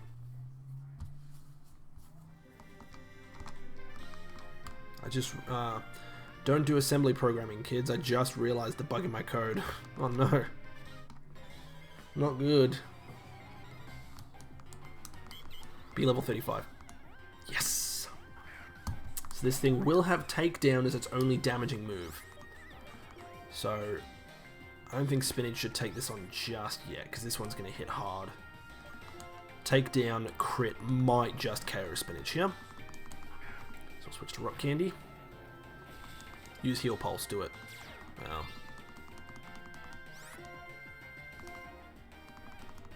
Yay, used Heal Pulse. Thank you for healing me.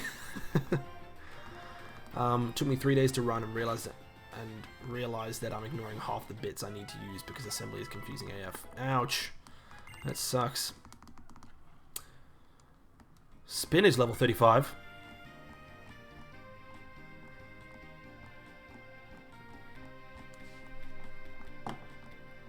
Nice. Alright. I'm thinking as well, because what I did for my White Nuzlocke, and what I typically tend to do for most of my Nuzlocks, is I actually pick my starter at random. I make my starter choice random. The way I do that is I look at the trainer ID and base which starter I choose based off the last number of the trainer ID. So if it's a if my trainer ID ends in a 1, 2, or 3, I typically pick the grass starter. If it ends in a 4, 5, or 6, I have to pick the fire starter, and if it ends in a 7, 8, or 9, I pick the water starter. If it ends in a 0, I get to choose myself. Do you think I should do that for my White 2 challenge mode Nuzlocke, or should I let myself choose?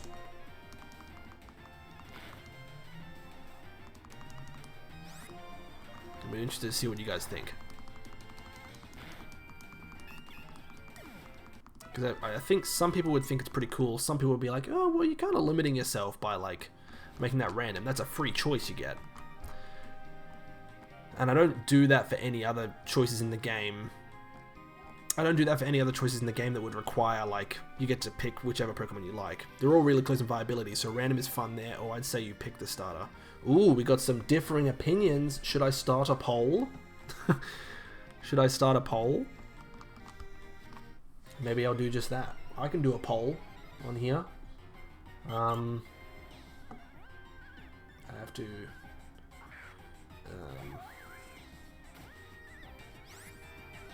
where's my poll? Where is it?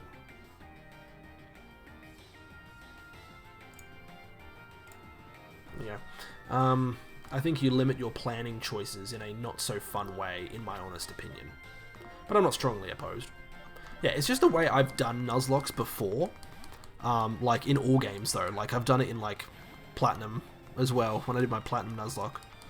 I was lucky enough that I did get, I think it was like a 4, so I got Chimchar, but like, you know. It's limited me before sometimes where like in a Heart Gold Cell Silver Nuzlocke and I've gotten Chikorita. And I think Chikorita is probably the weakest of those ones, of those 3. Or the hardest to use at least. Like has the least viability throughout the entire game. Oh, you read that acronym differently too. I think it... in my humble opinion. Ah, fair enough. I mean, you can read it both ways. It works either way, doesn't it? Alright. Rock Candy's out of Rock Slide, so I'll use Peeking for Switch from now on. Let me see. Create a new poll. should I make my white 2 starter, white 2 hardcore Nuzlocke starter, random, or I choose?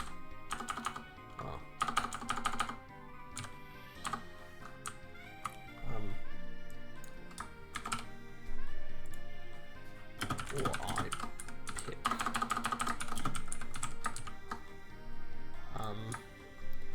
Make it random, or you can pick.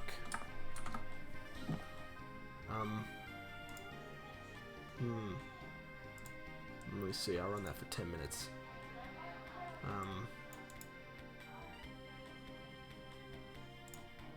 Alright, let me see, and I'll go like that. Start a poll. Nice.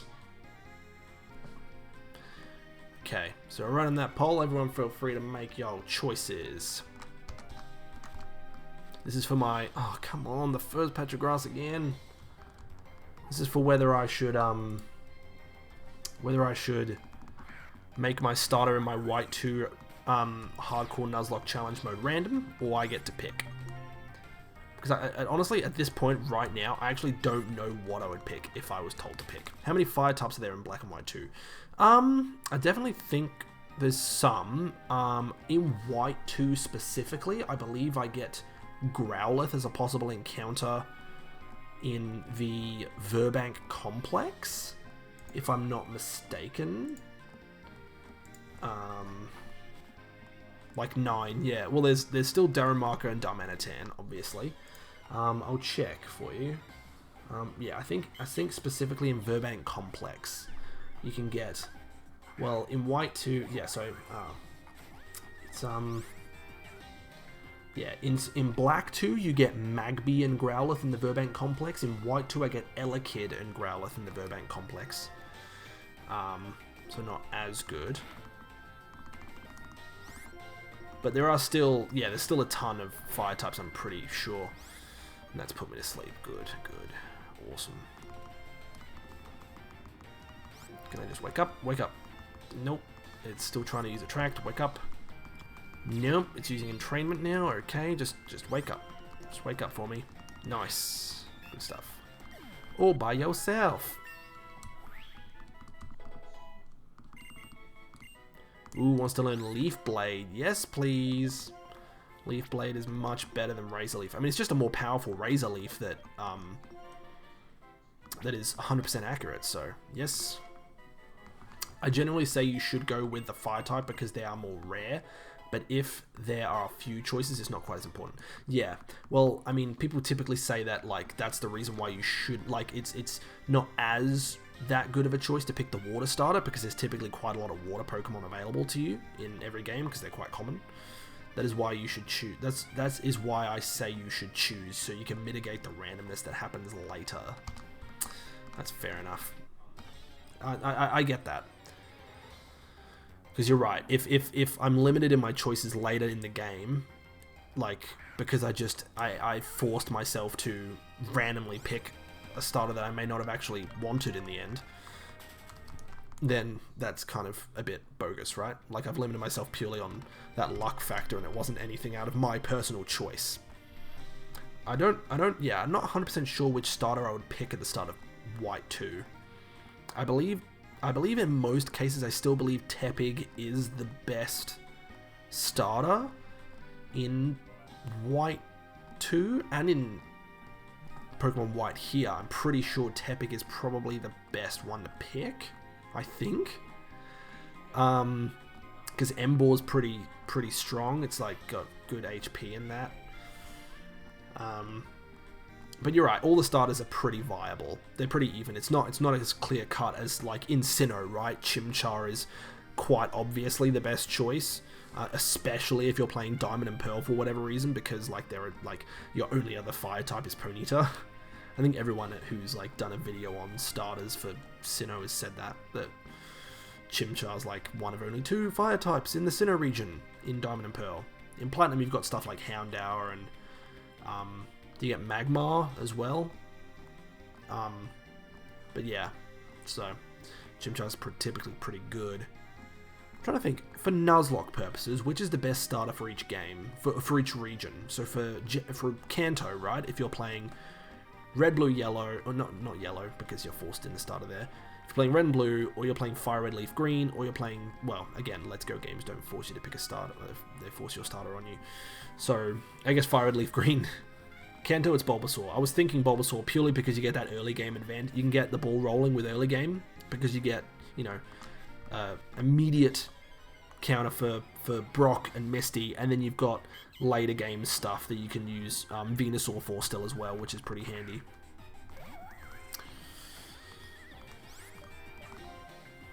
Bulbasaur, absolutely the best starter, yep. Type advantage on the first 4 gyms. The first 4? Oh, I guess, yeah, because it resists Erika's Pokemon as well, and Surge's. Leech Seed, Sleep Powder. Yeah, that's true. In Johto, what would you say in Johto? Would you say maybe... Would you say Cyndaquil? I'm not sure in Johto. Johto's pretty even. I guess maybe not Chikorita. I'd probably say Cyndaquil just because of it being a fire type. Just because there are, again, a lot of water types, so it kind of limits how truly good and stand out Feraligatr can be, or Totodile. And Chikorita's, again, there's better grass types, I believe, in Johto, and also just grass types in general aren't typically that good. As I'm using a grass type. Not a lot of early fire types available. Yeah. I know that you can get an egg from the mystery, like, password man in Violet City, that you can get a Slugma egg in Heart Gold Soul Silver, but, like, I think that's, like, really it. Grass is bad in Johto and a lot of water types. Yeah, that's why I thought Cyndaquil's probably the best. In Hoenn, it's obviously Mudkip, right? Like, they're all pretty reasonably good Pokemon, but it's just the fact that Mudkip's water ground typing as a Swampert is just so OP in Hoenn, where there's, like, -1 grass type Pokemon. Or -1 grass type users in Hoenn. It's just, you know, your rival, and their Trico, Grovyle, Sceptile, and then maybe a couple of trainers in the, like, like, you can count them on one hand, a number of trainers that use grass types, and by that point you should have coverage for grass types. So yeah, Mudkip's, in my opinion, probably the best choice for Hoenn.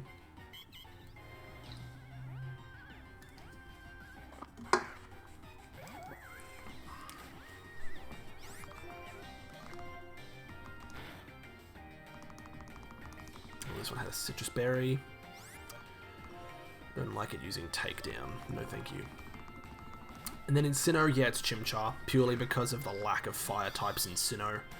Like I said, especially in Diamond and Pearl, where it's one of only 2. And in Platinum you get a couple more, but it's still the best choice. Infernape's a pretty good Pokemon with fire fighting typing. Yeah. Oh, Rock Candy still has the experience share. Oops. Okay. Just gonna run from this one. If you're a gym leader, what type would you specialize in? Ooh, good question. I tell you what, I have to run to the bathroom really quick, but I will think about that while I'm in the bathroom, and I'll hopefully have an answer for you when I get back. But I just gotta be right back. I gotta go to the load. Give me a sec. I'm gonna save right now too while I'm doing that. Alright. Feel free to stretch your legs, grab yourself a glass of water. I'm gonna run to the loo. I'll be right back.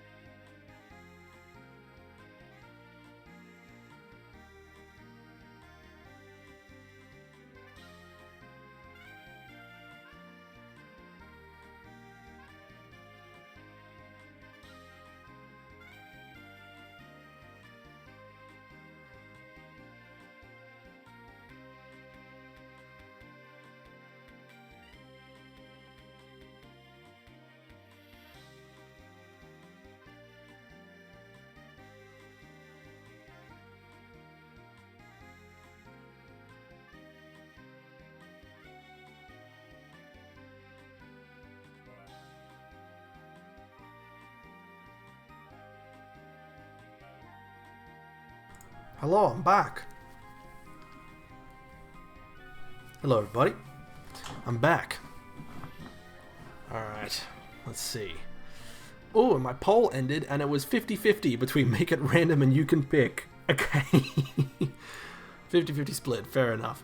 Let me see. So, if you're a gym leader, what type would you specialize in? Flying. Ooh, and why? Just a lot of my faves are flying types, and flying gym leaders are based. I'd go with Steel. My team would probably be Aggron, Bronzong, Metagross, Excadrill, Lucario, and Honedge, probably. Oh, you mean Aegislash. So you'd be flying, you'd be Steel. I think I'd probably, again, I like the idea of like being a gym leader of a type that's my favorite type. That makes sense. Although I don't know what my favorite type is. I was thinking about it. My favorite Pokemon is Infernape, purely for nostalgia reasons, right? So part of me thinks maybe I'd be a fire type gym leader. But then I think, what other fire type Pokemon do I like? Well, I like Volcarona, is an excellent Pokemon in my opinion. Galarian Darmanitan with Zen mode. Zen mode Galarian Darmanitan would be pretty cool. I mean, it doesn't have, at that point, it doesn't have Guerrilla Tactics, but, you know, like I said, I'm not strongly opposed to random, so my vote here is just 1 out of 2. Yeah, I mean, I'll figure it out. Look, I might just be like, I might just go full on based and just be like, you know what, I'm picking my starter. I don't care what you say. I do the run how I want to do it. But, I mean, we'll cross that way when we come to it. Cross that bridge, I should say. Emolga? You said you could come around to the party, huh? Not me.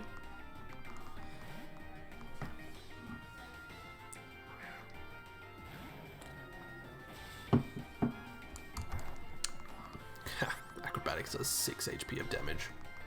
Sit down. Oh, you... Love you, miss. Fire gyms are cool. Second most resisted type. Yeah. I don't know what my Pokemon would be in that gym, though. As a fire type. Like, Infernape would be in there, because it's my favorite Pokemon. Then, like I said, maybe a Volcarona, a Galarian, Zenmo Galarian Darmanitan would be funny. It wouldn't,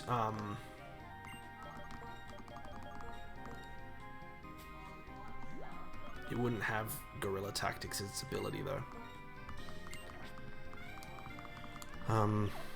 Streamerman didn't even read out my team. Oh, sorry. Give me a sec. What did you say? I must have missed it. I was talking to myself like an idiot. There it is. My team is Mothim, Swellow, and Oricorio Fire.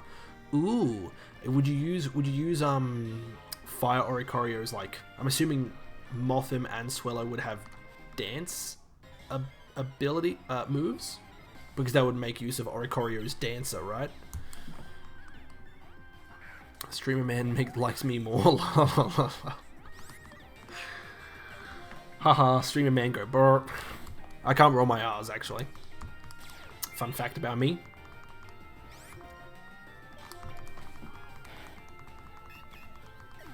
Quiver Dance on Mothim, surely. Yeah, you'd think so. But again, the Dancer, though, that would only work in a double battle. So you'd have to make your gym leader fight a double battle. Jinra, the dance type gym leader. It's like, I mean, who's the rival in X and Y that likes dancing a lot? There's Tierno and Trevor. I forget which one's which. I think Tierno is the dancer dude. And Trevor's the guy with the Pokedex. Tierno, yeah. I also remember he like does all that dancing in the anime as well. Like, and he has his Squirtle. It becomes a dancing Blastoise.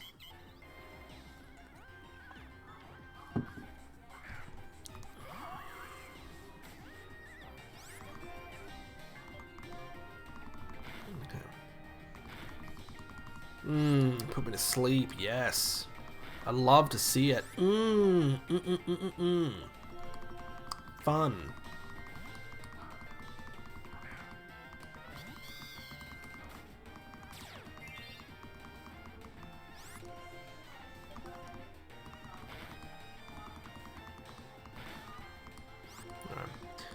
It could actually be cool, having a double battle with Tango-style dance partners as the gym leaders. Add another mon to make it even, and you have an interesting gym.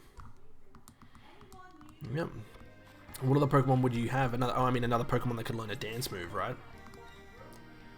But as a flying gym, what other Pokemon would have a flying type dance move?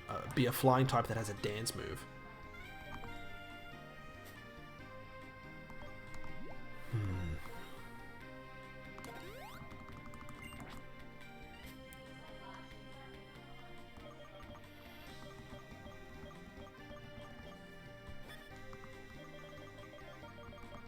Don't have an awakening? Oh. I have to use my dang full heals. Have a Braviary, I think, with Brave Bird and Skydrop. That's how eagles reproduce. The players that know. It's like that lovey-dovey couple in Heart Gold Soul Silver that has an Onyx and a Cloyster, right? It's like, come on, Game Freak, you're not fooling anyone.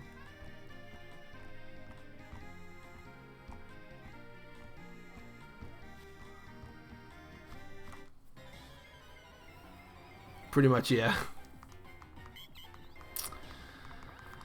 Alright, Ordino. This one's level 35, nice. What? Why is this? Oh, it still has secret power, I suppose, and takedown.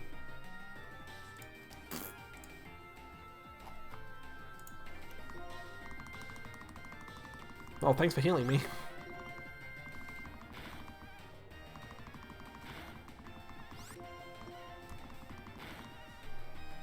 Thank you very much. Yeah, so it still has takedown. So yeah, its moveset from level 35 to 39 is secret power, entrainment, takedown, and heal pulse. So it still has secret power and takedown, unfortunately. But the level 35 ones no longer have attract, which is nice. Might actually give you back your Mystic Water, your Sharp Beak.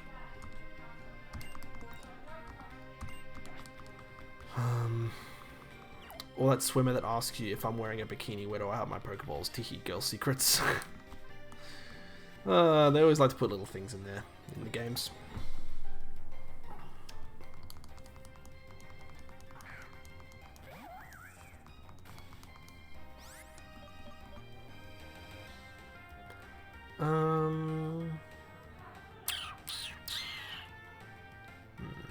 Let's run.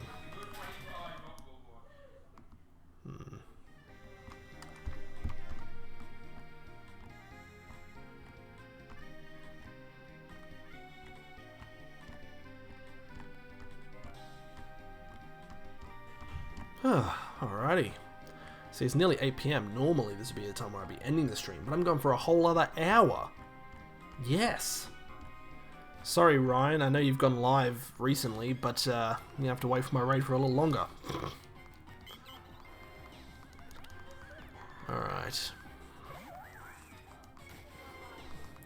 Another level 34, no? Okay. There we go. And oh, look at all that experience. Yes. Spinach wants to learn X-Scissor. Ooh. I mean, yes, Bug Bite eats the berry, but like it's 60 power versus X-Scissor being 80 power. Doesn't have a secondary effect, but it gets a what percent power boost? It's like a 20% power boost. Oh, it's now 8 PM, so it's nighttime.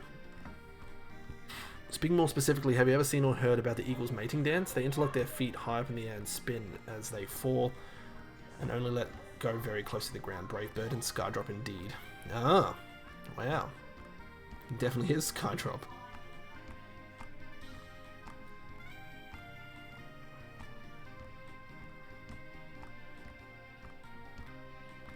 Okay.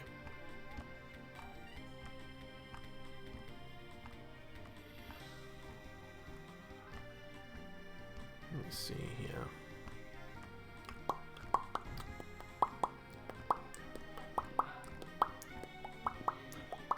It's amazing. If you're ever lost at what to watch on YouTube, give it a search. Well, fair enough. Certainly do spend a lot of my time on YouTube a lot.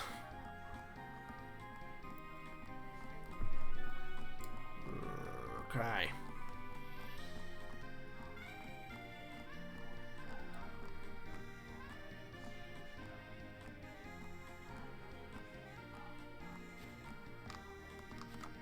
Alright, here we go. Be an ordinary, please. Oh.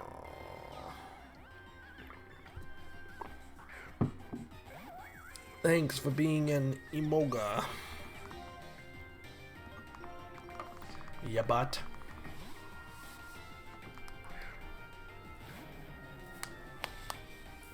Oof.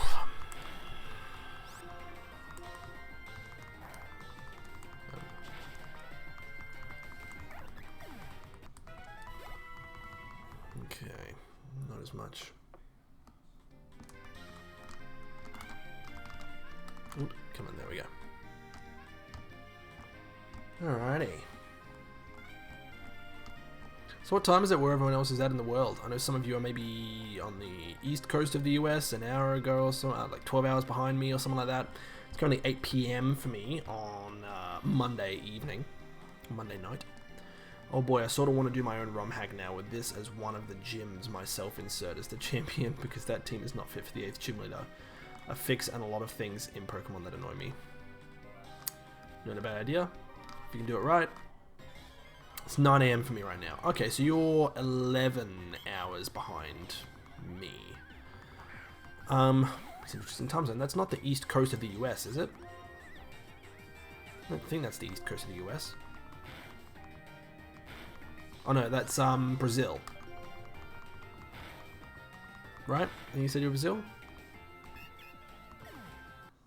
2 PM for you, so you're 6 hours behind. Somewhere in Europe? For Shinra? 7, yeah. Somewhere in Europe? 7 hours behind? 6 hours, sorry.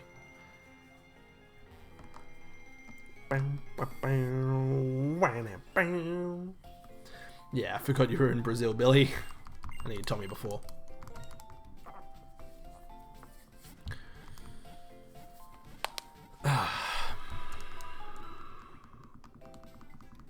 Okay. Let's heal it up a little bit. Noise, noise, noise. Now off we go. So we haven't even touched Escargot, the Excelgor's training yet at all. This has all been just training up Spinach. No, don't worry. I don't expect you to remember. I say a lot of things. Ah, you know.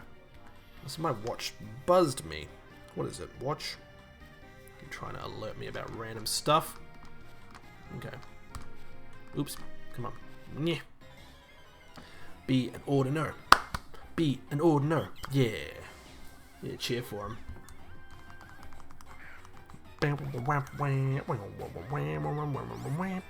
Ooh, it's level 36. Noise, noise, noise.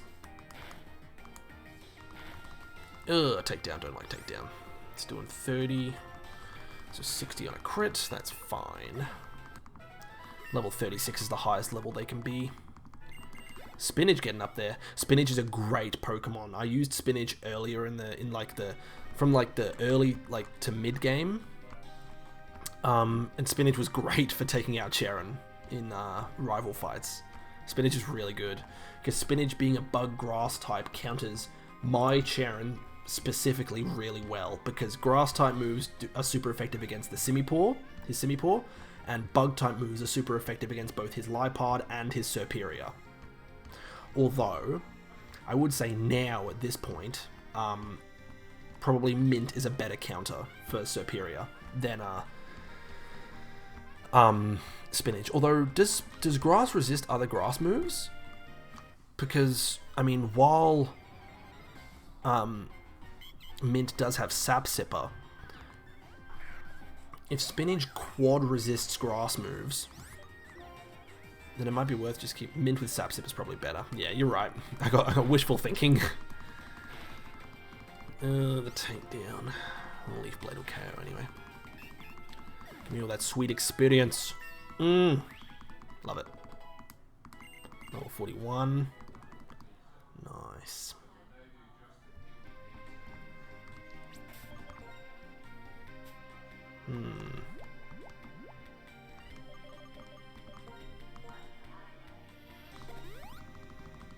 Grass resists itself, I think. Grass resists grass. Yeah. So, I mean, technically, spinach is quarter weak. Like, 4 times weak.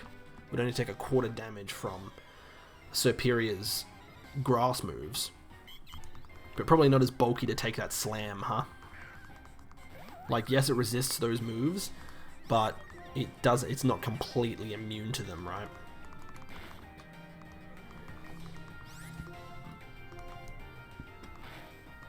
Quarter damage, not bad, but still not immune. Yeah.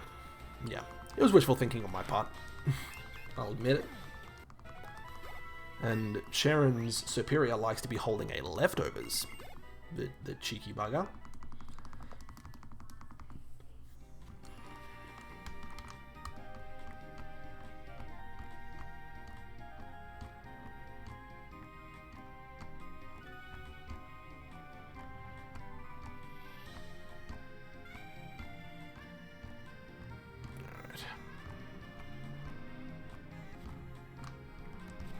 Yes.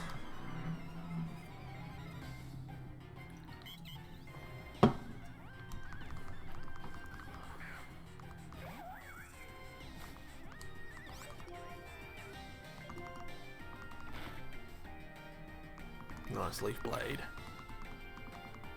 Doing good.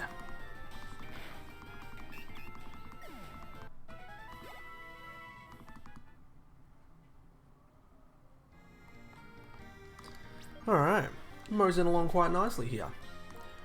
Spinach almost fully up to everyone else's level. Well, I could now use Mint and Yogurt for some switch training now because they're both still level 43.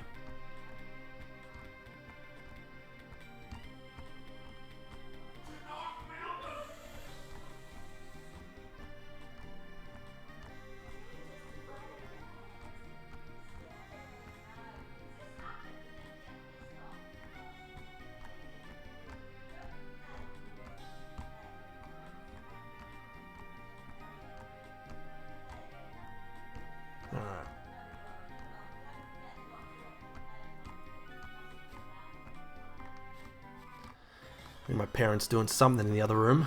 It kind of made me jump a little bit.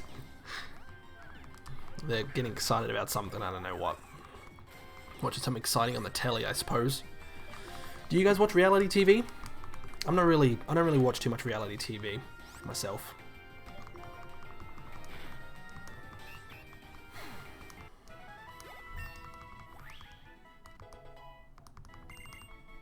Wants to learn spinach. Wants to learn entrainment. I don't really think that's a good idea. Just makes the target's ability the same as the user's ability. It's a very exciting thing. Yeah. How can you not be excited about the thing? I don't know what the thing is that they're excited about. Yeah. There's no real need for entrainment. Give up. You don't need it. I barely watch TV at all. I only bought one sort to see YouTube, but big. Yeah, it's true. That's what I mean. Like this TV up here. This is my TV I have in my room. My main screen. Yeah, that's mainly for YouTube. If I'm like chilling in bed or like stuff like to watch while I'm like dozing off to sleep, because I like to have something on in the background while I'm like trying to doze off to sleep. I'm that kind of person. Yeah, spinach, your leaf blade. Yeah, I typically have YouTube on there. It's good.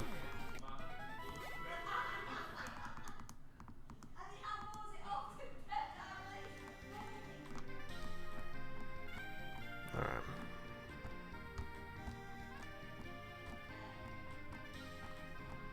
Whatever I watch, it's usually Netflix stuff. True. Yeah.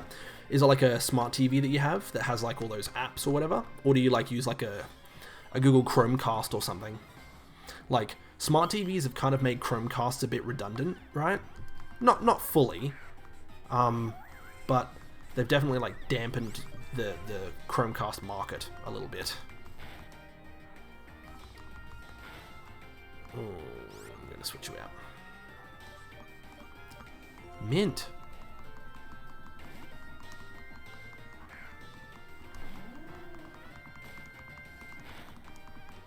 Ooh.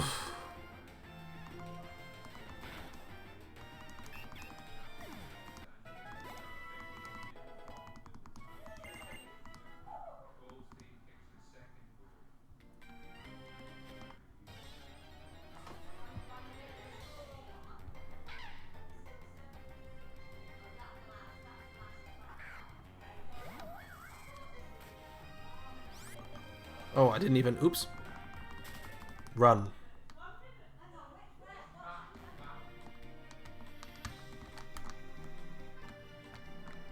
No, I don't know why I gotta go back and... I wanted to use my Raspberry Pi for it, because I also want it for other reasons, and it uses no electricity, pretty much. But now I have problems with an outdated system. Hooray! Oh, no.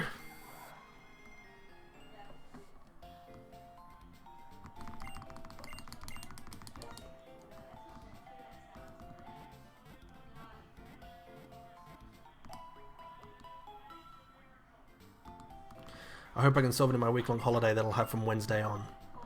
Fair enough. Oh, they're bloody getting excited for something. Look, I'm tempted to just be like, hold on guys, I'll be right back. I need to check what they're excited about, but I'll have a check, alright? But I'm in the middle of doing some streaming. Alright? Is it a holiday if I'm technically unemployed? Well, I mean, if you work for yourself, I'd say it's still, unemployed.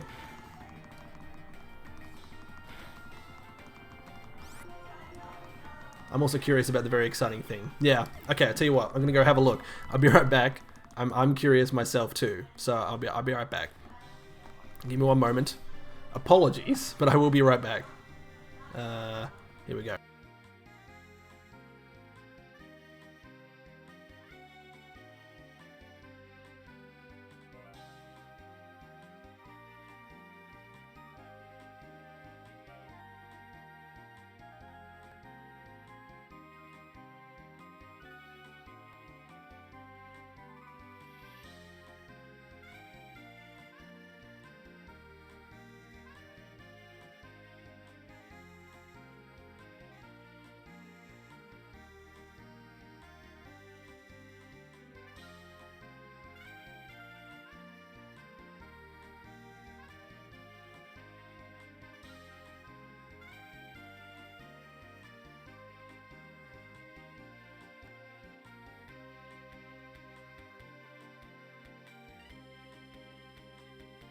Alright, I heard the exciting thing. They're excited about their person or whatever winning or getting to the final of MasterChef. I love their MasterChef. I was right, it was reality TV related. They're very excited about that. Yay, bone apple tea, Jinra. Oh, lunchtime, yay! Fun, what are you eating? What's your meal of choice? If you don't mind me asking, of course. Ooh, nice crit on the leaf blade. Do you reckon spinach does the omaewomo shinderu? MasterChef, my sis loves it, I don't get it. Yeah, I don't really get it either. I watched it, like when I was younger, and like I watched TV with the family, and we like just put something on the TV while, you know, we ate dinner, and then we would put something on the TV that we would all watch. It was like, that was back when MasterChef really was like taking off in Australia. Yeah, and it was like huge. Ooh, so now it's Escargot's turn. Stop talking about food, I'm hungry. Well, actually, I'm microwaving 2 chicken burgers. Ooh. That is delicious. It sounds good. Sounds tasty.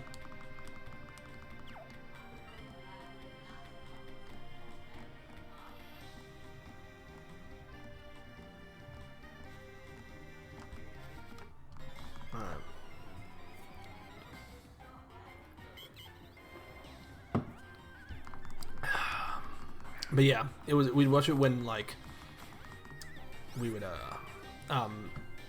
when I was younger, but I don't watch it anymore. It's still on, of course, because it's popular, but yeah. Okay, I'm gonna grab something to eat. I hope you're proud of yourselves, Glass. Hey, food's food. I love food. I am a food lover. You know? Wow, I said it weird like that. I just, like, food's delicious, man. Like, I'm not good at maintaining a good figure of any sort. Like, and maintaining a good weight. I'm not good at that. But I'm not that fussed about being, like, reasonably slim, just because of the fact that, like, I love food too much. On my personal opinion. Nature Power, an attack that makes use of nature's power. Its effects vary depending on the user's environment. Sounds really average eat enjoyer. Yeah. I just want to look up this move because I've never heard it before. Probably not going to learn it, but let's see. Nature Power becomes a different damaging move depending on the environment that the battle is being conducted in. Nature Power gains priority from Prankster, despite always calling a damaging move in games that Prankster exists. So in Gen 4... Secret Power, bad. Actually, Rock Slide in VR? Let me see. In Gen 5... yeah, it becomes a different move depending on the environment. So if you're in a building or in an urban area, this is Gen 5, in a building or urban area, Nature Power becomes Tri-Attack. In sand, playing terrain, rock, or in link battles, Nature Power becomes Earthquake. In a cave, it becomes Rock Slide. In grass, it becomes Seed Bomb. In water, it becomes Hydro Pump. In puddles, it becomes Mud Bomb. In snow, it becomes Blizzard. And on ice, it becomes Ice Beam. So, I mean, yeah, you still got some papaya for breakfast. Ooh, nice. Rock Slide can be good, yeah, but I don't know how much times I'm going to be in sand, plain, rock, or link battle. I think it's too situational. What's in outside VR? Earthquake? Or does plain terrain count as sand? Count as earth? Like, does outside like this count as, like, if I'm battling Charon on the road, right? Does that count as plain terrain? I'd say learn it. Well, you'll be in a cave. Yeah, for a cave you get Rock Slide. That'd be better than Feint Attack, right? Good coverage for the part it's doing. You get rid of Feint Attack for that, right? Because Aromatherapy is really good. So I think Feint Attack's probably the best thing to use, right? To switch out.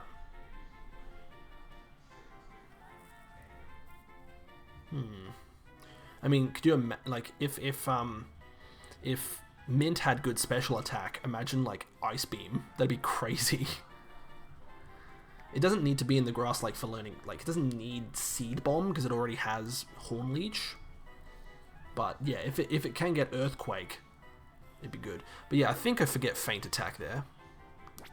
I can't get rid of Return or Horn Leech, and Aromatherapy is, I think, too good. So I think I get rid of Feint Attack there. I mean, Feint Attack does... yeah. Yeah, I'll do that. Man, I'm just looking at this, like, so many more different moves that can be in, like, Gen 6. In Gen 6, right? Listen to this. In Gen 6, Nature Power now targets an adjacent Pokemon rather than the user. Even if the move it would turn into affects multiple Pokemon.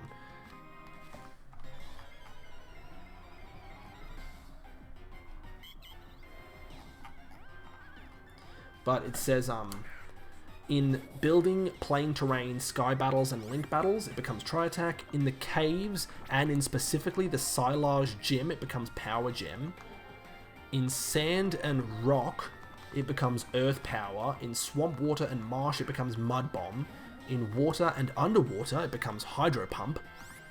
In snow, it becomes Frost Breath. In the ice and on ice and in the Snowball Gym, it becomes Ice Beam. In a volcano, it becomes Lava Plume. On a burial ground, it becomes Shadow Ball. In soaring in the sky and in Sky Pillar, it becomes Air Slash. In space, it becomes Draco Meteor. In grassy terrain in the Coumarine Gym, it becomes Energy Ball. In misty terrain, it becomes Moonblast. And in electric terrain, it becomes Thunderbolt. Ooh, I wasn't paying attention to what move I used. You dum-dum. Oh, you don't even have a move you can use. You can use Toxic, I suppose. Then recover. Doesn't matter. I don't think the Elite Four or the Champion could use Double Team or Sand Attack strats. No, I don't think so. No, Magnet Bomb is terrible. Oh wait, sorry. Random question. Should I keep Magnet Bomb on my Magnezone for Omega Ruby Elite 4? No, Magnet Bomb is terrible. Surely you can get Flash Cannon. I don't think the Elite Four or the Champion use Double Team / Sand Attack strats. Even if you want a no-miss move, go Shockwave.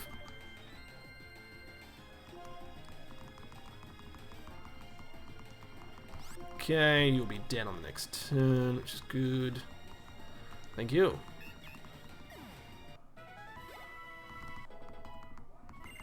Escargot hits level 31. I don't think I got the Shockwave TM yet. Maybe I missed it. I might put Surf back on...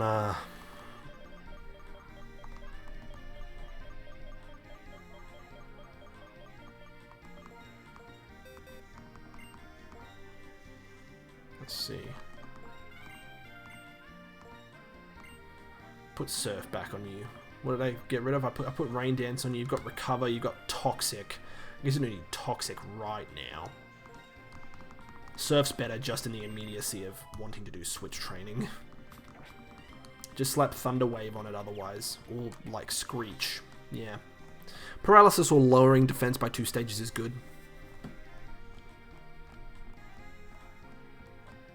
Nature Power. Is Nature Power in Gen 8? Yeah, it is in Gen 8.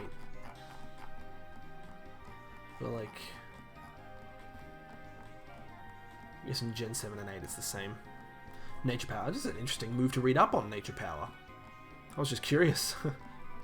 But I mean, yeah, if it can get Earthquake by using that, if plain, like, I wonder what the Elite Four is. Is the Elite Four counts as being in a building? Or does it count as being in a cave? Or does it count as being in plain terrain? I don't know.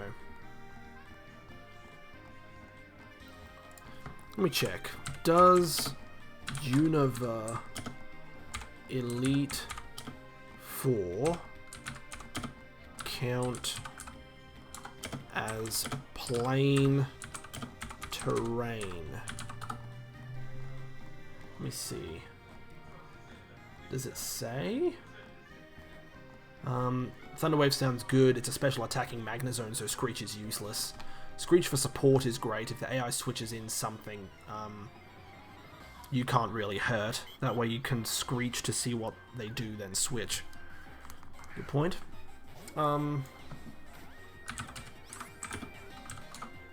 Elite 4. Nature Power.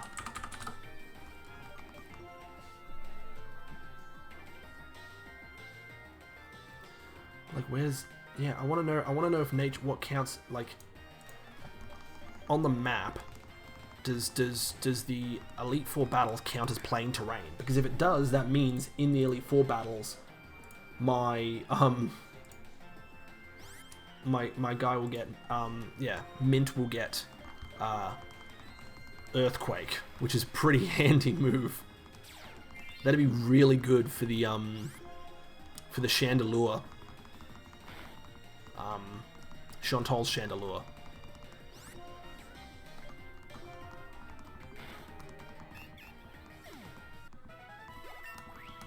Alright.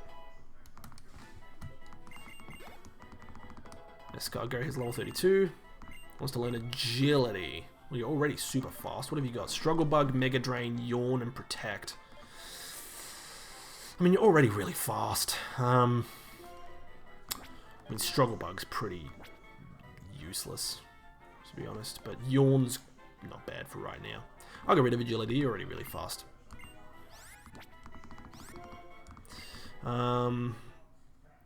Into your physical attack, then has an easy time. Oh yeah, well I'm not playing blind, so I know what they can do. And Magnezone at this point is almost just filling in space. I have a Azumarill to wall fighting and dragons, Aggron to wall everything else, and Spiritomb because F them. Then I have 3 extra spaces for whatever. Fair enough. Yeah, so we just need essentially, yeah, Mint and Yogurt to get up to level 45, and then Escargot can get up to level 45 as well, or maybe 44. But yeah, I just want to find out if in Gen 5, like what in buildings or paved / oh, hold on a minute. In Pokemon Database, it says that Earthquake is only in sand or Wi-Fi / linked battles, but not in plain terrain. But Bulbapedia says plain terrain is Earthquake. What? I do not understand. I don't understand. Oh, it's a Stoutland. Hello. Ooh, this Stoutland I probably couldn't switch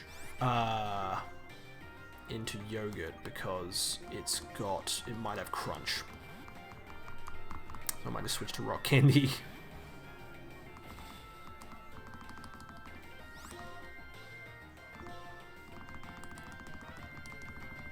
Ooh, good. Can I just run, please? I'm 9 levels higher. Thank you. But yeah, Pokemon DB is saying something different, and I don't like it.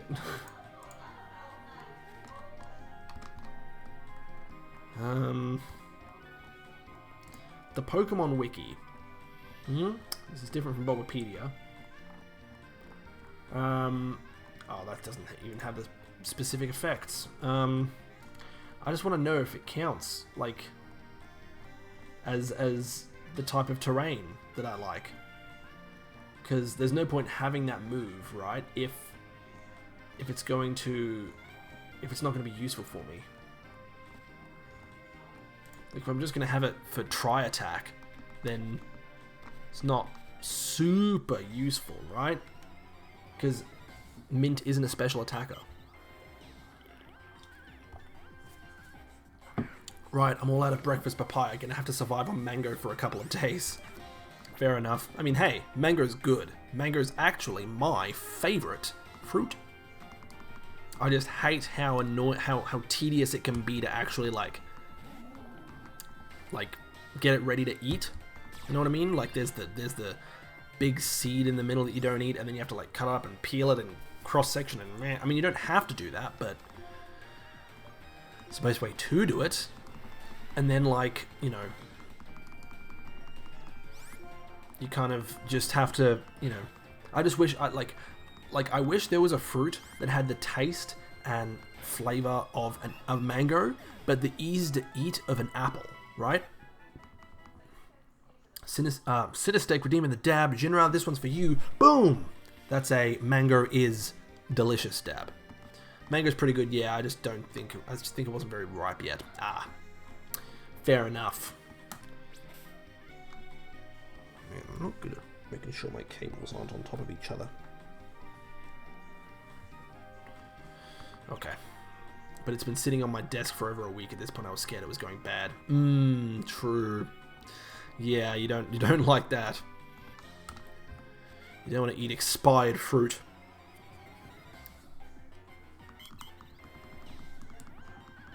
Right, it's 8:30, so we've got about half an hour left until the end of the stream. We'll be raiding Ryan, Pokemon Explained, after today's stream, so that'll be fun to do. I'm sure, is he back on his Renegade Platinum today? I'm sure he would be, right?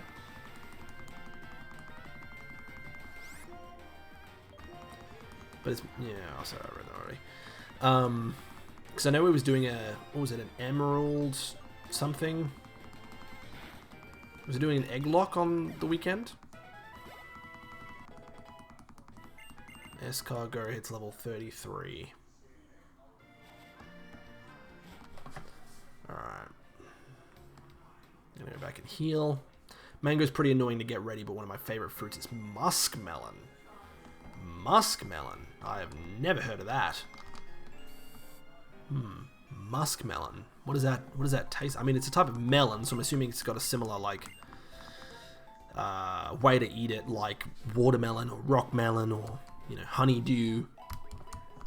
Is it kind of like that? I mean, it was before I had to be the one to get it ready. That's true.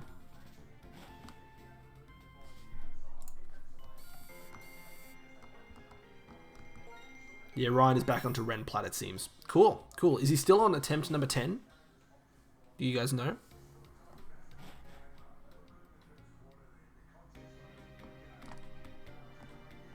I mean, I know that his attempt 10 was tracking pretty well.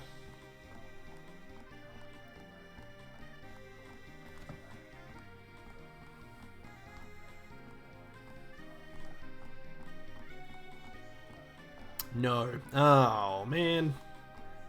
Do you know where his attempt 10 failed? He wiped a Barry and Canalay, which meant he went into with just one death. Oh man, that sucks. Only having one death after 5 badges, getting to Canalay and then getting wiped by Barry. Major yikes. That sucks.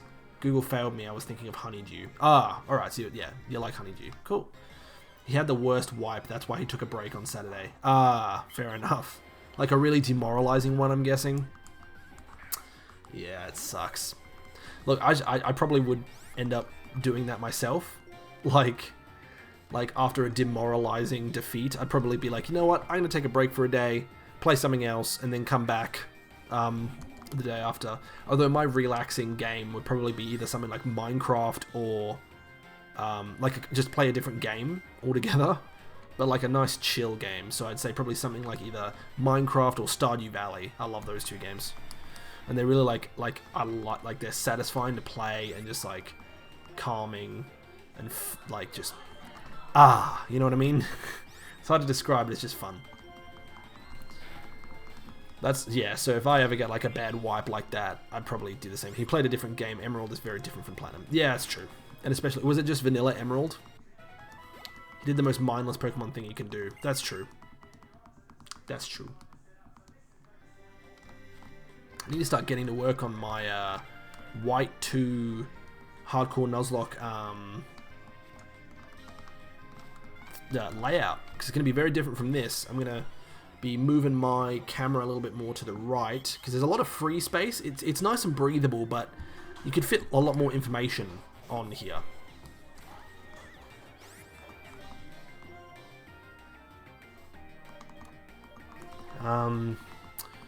A metro only run was the most mindless. Oh, I didn't realize it was metronome only run. Right.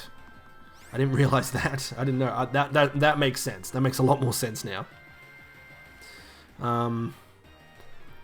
Metronome only is basically just spam the A button and vibe. Spam the button and laugh at the RNG going brr.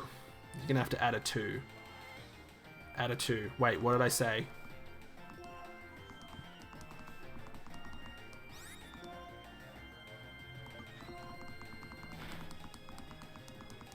Oh, I'm gonna have to add a 2 to the layout. Yes, but I'm gonna make that text at the top probably a bit smaller, and I'll be able to use PokeLink as well now. Yeah, it's the layout. Yeah, I gotcha. I'm just slow. Come on, I don't usually stream this late. But yeah, so I'll probably do that because it's a Pokemon White 2 Hardcore Nuzlocke. Yeah, I gotcha. Could I outrun a Rufflet? I don't want to risk it. Probably can, but I don't want to risk it because this Pokemon's super effective against me. But yeah, I can use PokeLink because I'll be using an emulator, so that'll be good. So I'll probably have PokeLink set up. I can apply that. Probably make the screens a little bit closer together, maybe. But we'll figure it. I'll figure it out. I think, do I keep the same color scheme? Because I've got the map of Unova as like a faded background, like behind here. Or do I go with a more specific color scheme? Giseptic Pig, hello! Welcome to the stream. How you doing, my friend? Hope you had a wonderful weekend. Good to see you back. How you doing?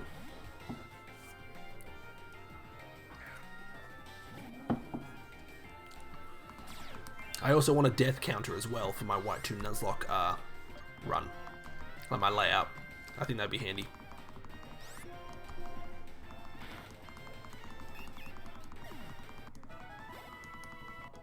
Escargot level 35. Yeah, been playing Renegade Platinum normally. Ah, how's that going?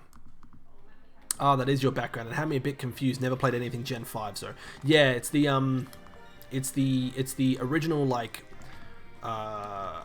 yeah, it's an artwork of the Unova region. It's specifically the black and white 1 artwork of the Unova region, just super faded. Because you can see down here where my finger's pointing down here, that's Castelia City. Up there's the Route 4, the Desert Resort. Around this side's down like where like Nuvema Town and Route 1 is. I've just beaten Byron. Nice. Nice. 6 badges down. That's good stuff.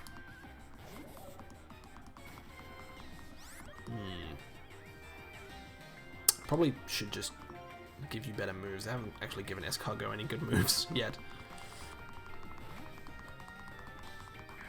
Still got Struggle Bug and Mega Drain for your main attacking moves, which are not very powerful at all.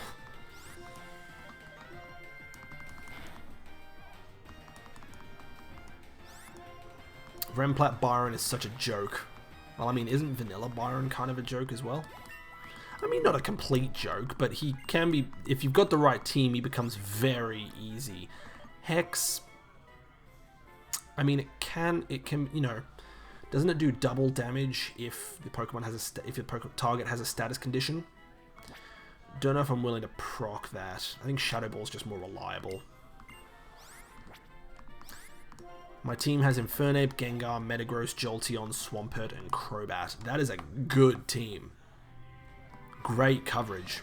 You wiped him. Nice.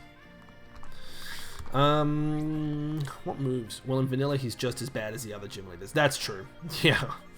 You make a good point. What moves could I give to my Excelgor? Don't know what moves it can learn, actually. Let me see. I had Excelgor here. Now I've lost it again. Because I'm not smart. Excelgor.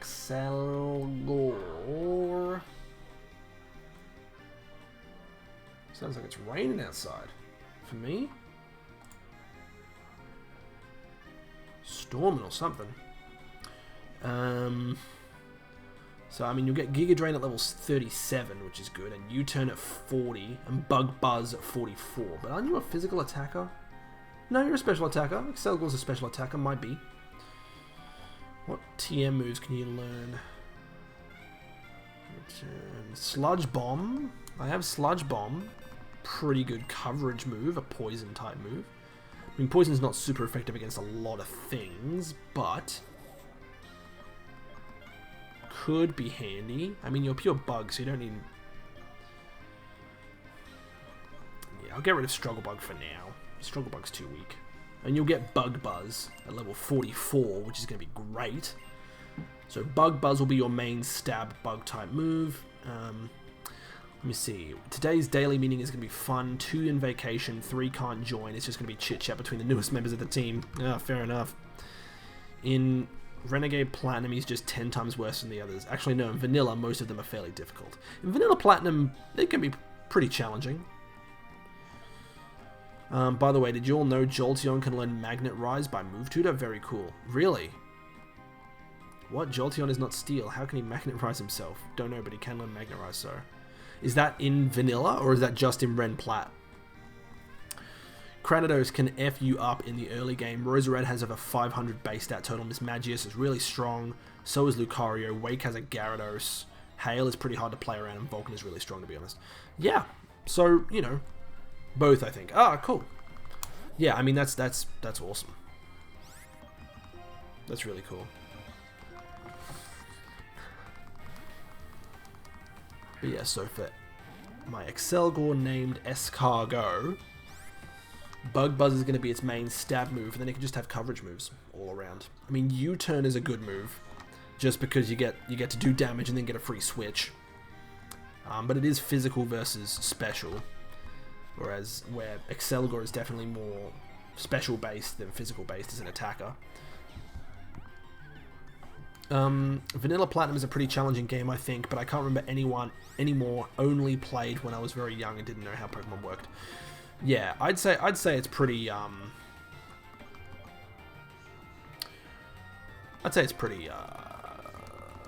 pretty tough for a vanilla. Out of all vanilla Pokemon games, I'd say it's probably it might actually be in the top 3. I'd say the top. In terms of vanilla Pokemon games, I'd probably say Ultra Sun and Moon is the hardest vanilla game, in my personal opinion. That Ultra Necrozma can mess you up if you don't have a counter for it, although an Illusion Zoroark is an amazing counter for that Ultra Necrozma. And some of the fights in there are just tough, like those totem fights can be tough.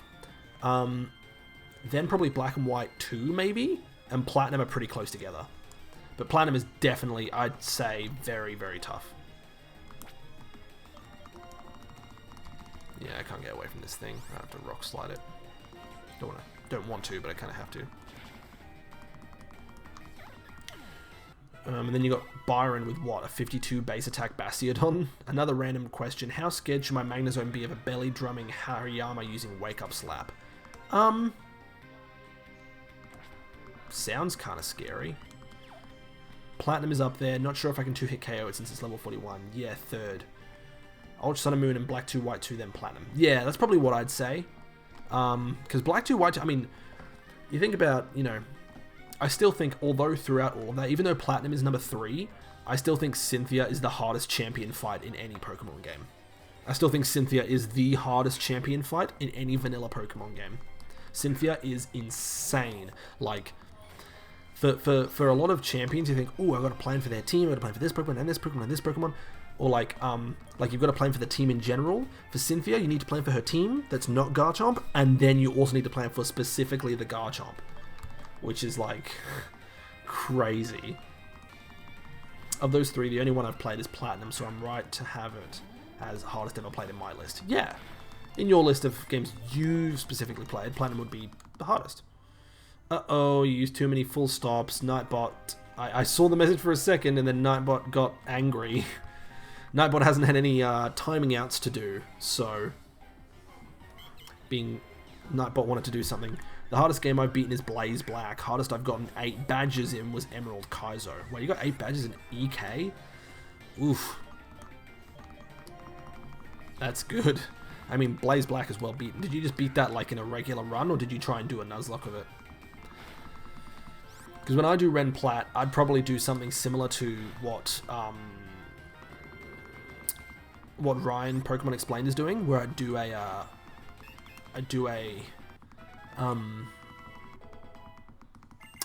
hardcore Nuzlocke. I wouldn't do a blind hardcore Nuzlocke, but I'd do a hardcore Nuzlocke. Yeah, it was a bit too many full stops for that ellipses. Yeah. Never mind. Never mind. Alright.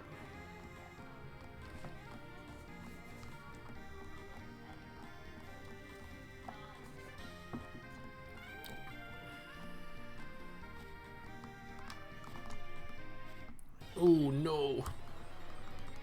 Didn't get it.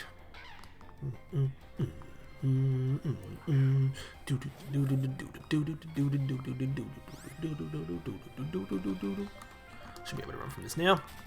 Yeah. Escargot is fast. After my current Nuzlocke is done, I think I'm gonna finish Renegade Platinum casually first, then try and Nuzlocke it. Not a Nuzlocke, because I'm only good at backseating. Oh, fair enough. I mean, you do you, man. You play the way you want to play. Just so I can play and enjoy my favorite mons for once. Of course. You play the way you want to play. No one should be gatekeeping you on how you want to play Pokemon games. You should be doing you. As much as... Oh, Sludge Bomb did, like, no damage. Wow. Whew. Yawn. Then Mega Drain. Ooh, Mega Drain didn't even less. Oh my god. So you're dead to a crit. Because that did 40... That did 48 damage. So that's almost crit one-shot. Escargot is very frail, it seems.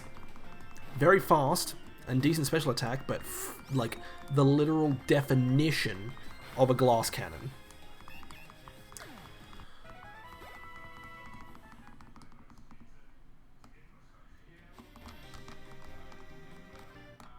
Ugh.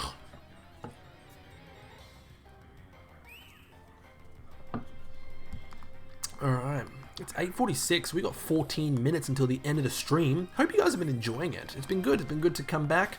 Started this week fresh, ready to go. I mean, we'll only be streaming 3 times this week, unfortunately. But we're getting these 3-hour streams in, which is really, really cool. It's good. I feel like I wanted to give a little bit more back to you guys, because I was thinking, well, if I have to drop my Thursday stream, I don't want to just be like, no Thursday stream, that's it. I wanted to be like, well, I want to kind of make up the streaming hours, you know? So I thought, stream for an extra hour. Each other stream that I'm doing. Yeah, I just sometimes feel like Pokemon Casual ain't even fun because of how easy it is. Renegade Platinum is changing my mind about that, though. Yeah.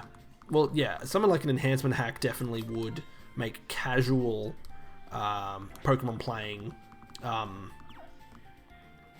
more fun, because it's a bit more challenging. You know, it's more challenging, just period. Blaze Black and Radical Red are the games I get the most enjoyment from, and Renegade Platinum is up there. Yeah. Luckily, the Thursday stream isn't going to affect me much, because I won't be awake for your streams. Oh, fair enough. Yeah, I know it's at an early time for you, Billy. I've never played on set mode since I didn't know what it does. Oh, do you know what it does now though? I mean, I was in a similar boat. I wasn't 100% sure on what it was either. For a while, I honestly didn't realize the setting was a thing.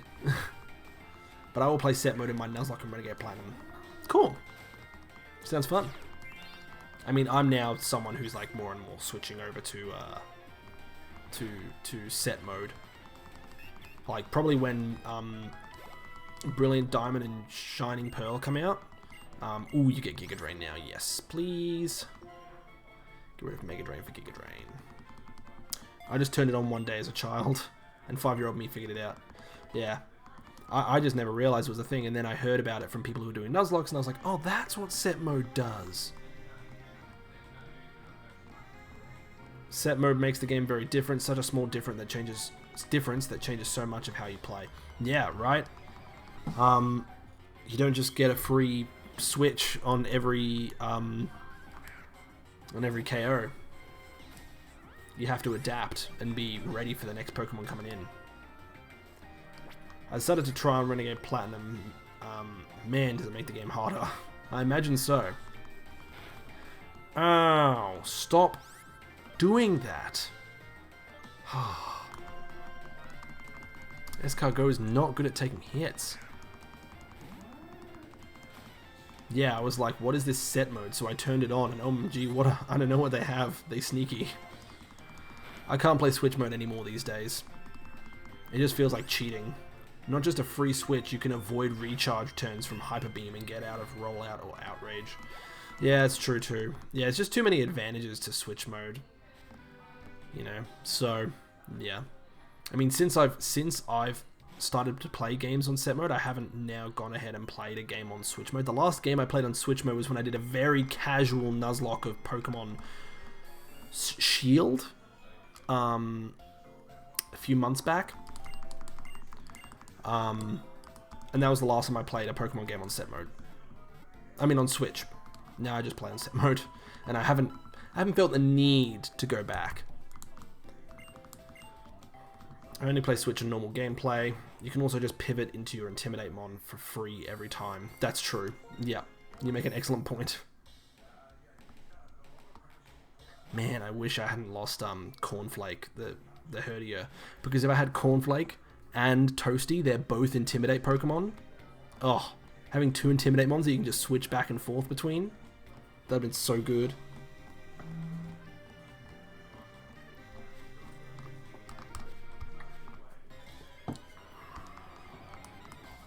The only games I think I'd play with Switch mode would be Emerald, Kaizo, and Radical Red.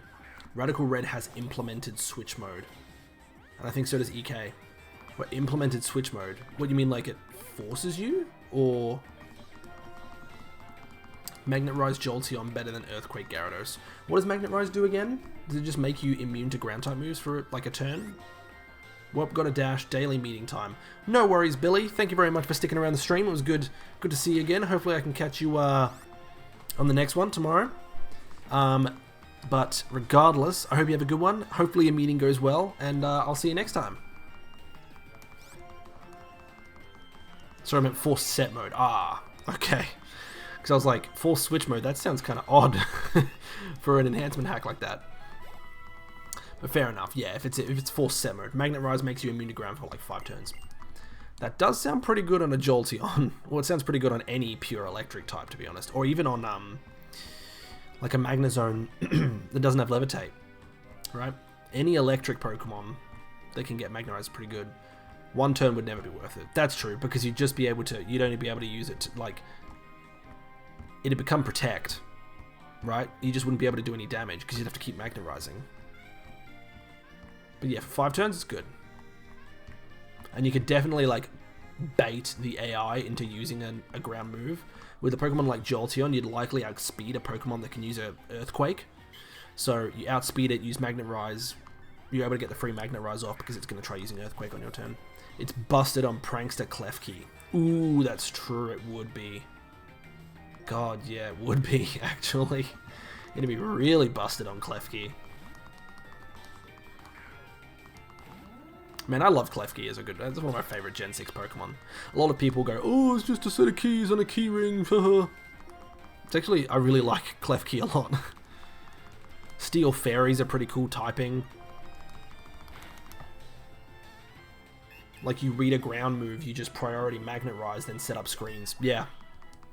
Well, you can set up whatever you want, really. But yeah, screens is a good one. Gen 6 OU PTSD. Yeah, it's true. Alright, Escargot, you're level 38. Your speed stat is crazy. But your other stats leave a lot to be desired. Look at that defense. Ooh, so bad. Special defense is the worst of the rest of our team, but you're like 8 levels lower than the rest of the team. Or 7. I feel like you're a pro on Pokemon. Well, I've never beaten a Nuzlocke, so I'm not. Well, I mean, everyone has their own kind of game knowledge, right? Like, I've beaten Nuzlockes before, but I've never done a hardcore Nuzlocke. And I've been a Nuzlocke of Pokemon Platinum, but again, I was playing on Switch mode at the time. You know, this is my first time doing a hardcore Nuzlocke. This is my first time doing a Nuzlocke on set mode. So, you know, I've done pretty well so far, but this is a vanilla Pokemon game, and vanilla Pokemon games are typically on the easier side. Pokemon Black and White I wouldn't say is on the easier side of all vanilla games, though. I'd say it's actually probably closer to the middle, maybe a little bit on the slightly harder side than most. And I have a decent yellow in Gen 6 on Showdown. All I really do is backseating with what I've learned from channels like Pokemon Challenges, DRXX, Red Blue, DexZ, and Burt. I'm not good at reading names. Well, if you want to learn, don't watch me. Or watch me make mistakes, then learn. Like when I forgot about Defeatist. Good stuff. That's how I lost Nando's. Big oof. Burrito. Oh. Fair enough. I say fair enough a lot, I think. The burrito. Yes. SH Matt knows what's up. I sure do. You know me. Very much so. Alright. Man, where are the shaking grass coming? They've all disappeared. They've realised, oh, it's kind of, they've all timed out, they've all clocked out for the stream. There's one. Wait, what is this emote? Oh, what is that? What is that emote? Burrito Cap. That's Cap. Cause isn't that? It's just yarn with a cap. Yeah, it's just yarn with a cap. What? Odd choice. Oh, we got a bloody spam bot in here, huh? You with that sweet ban.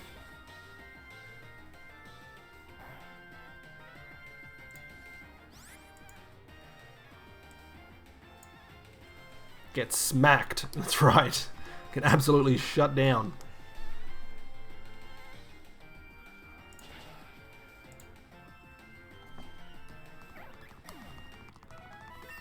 Oh, Rock Candy hits 46. No, don't want you to over level. Just won't use Rock Candy in some fights. Hopefully, can avoid it.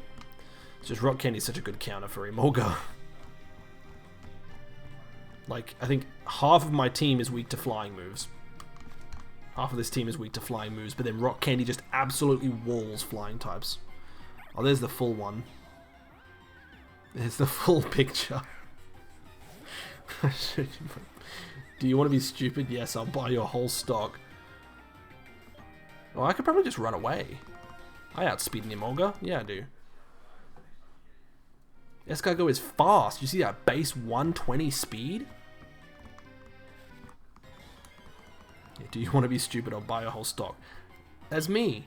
I'll be stupid. Be stupid. You guys can watch me be dumb and make dumb mistakes and be, you know, yeah, make cringe mistakes that you can laugh at. You can all point and wheeze.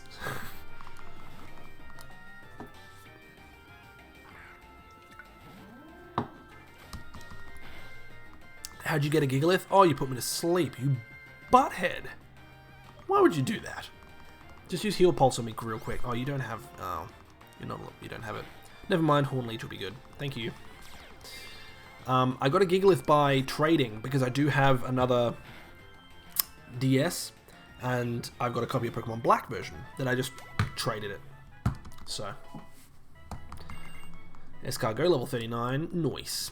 So that's how I'm doing. That's how I've done trade evolutions in this game on my capture card. All right. 8:58 p.m. We're only a couple of minutes away, probably actually about 90 seconds away from ending the stream and raiding Ryan's channel, Ryan's stream.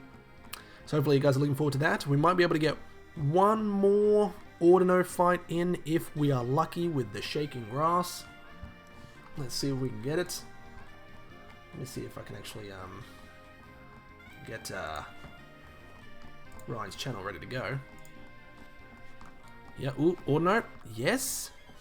Yes. 8:58 p.m. Yes, for me.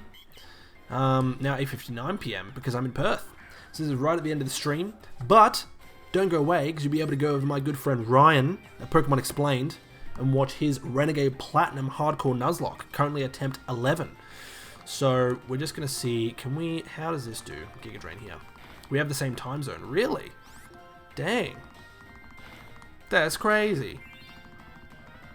Gave me healer. Come on, don't take down me. You KO'd yourself. Good. Hey, it was all good. Very nice. Are you in Singapore or something? No, I'm in Perth, in Western Australia. That's where I am.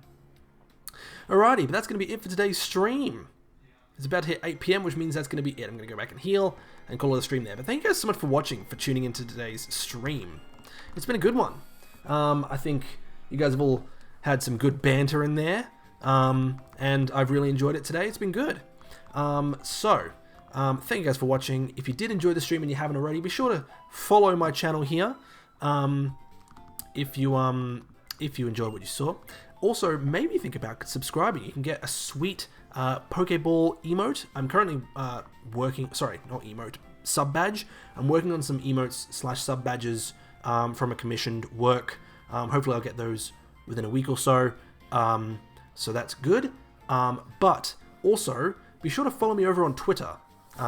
Twitter.com/shmat_, or just at shmat_. You'll be able to keep in the know for when I go live. I usually tweet out about half an hour before every stream that I do. So you can do that. Also, if you ever miss a stream and want to catch up, go subscribe to me on YouTube. Just search shmat without the underscore. You'll find my channel and all of my sweet VODs there for this Nuzlocke. You can watch all the pain in its entirety, which is good. Don't forget that I will be streaming tomorrow and Wednesday, not on Thursday, but to make up for that, I'll be streaming for 3 hours. Guess who just subbed to you? What? Really? That, I don't know.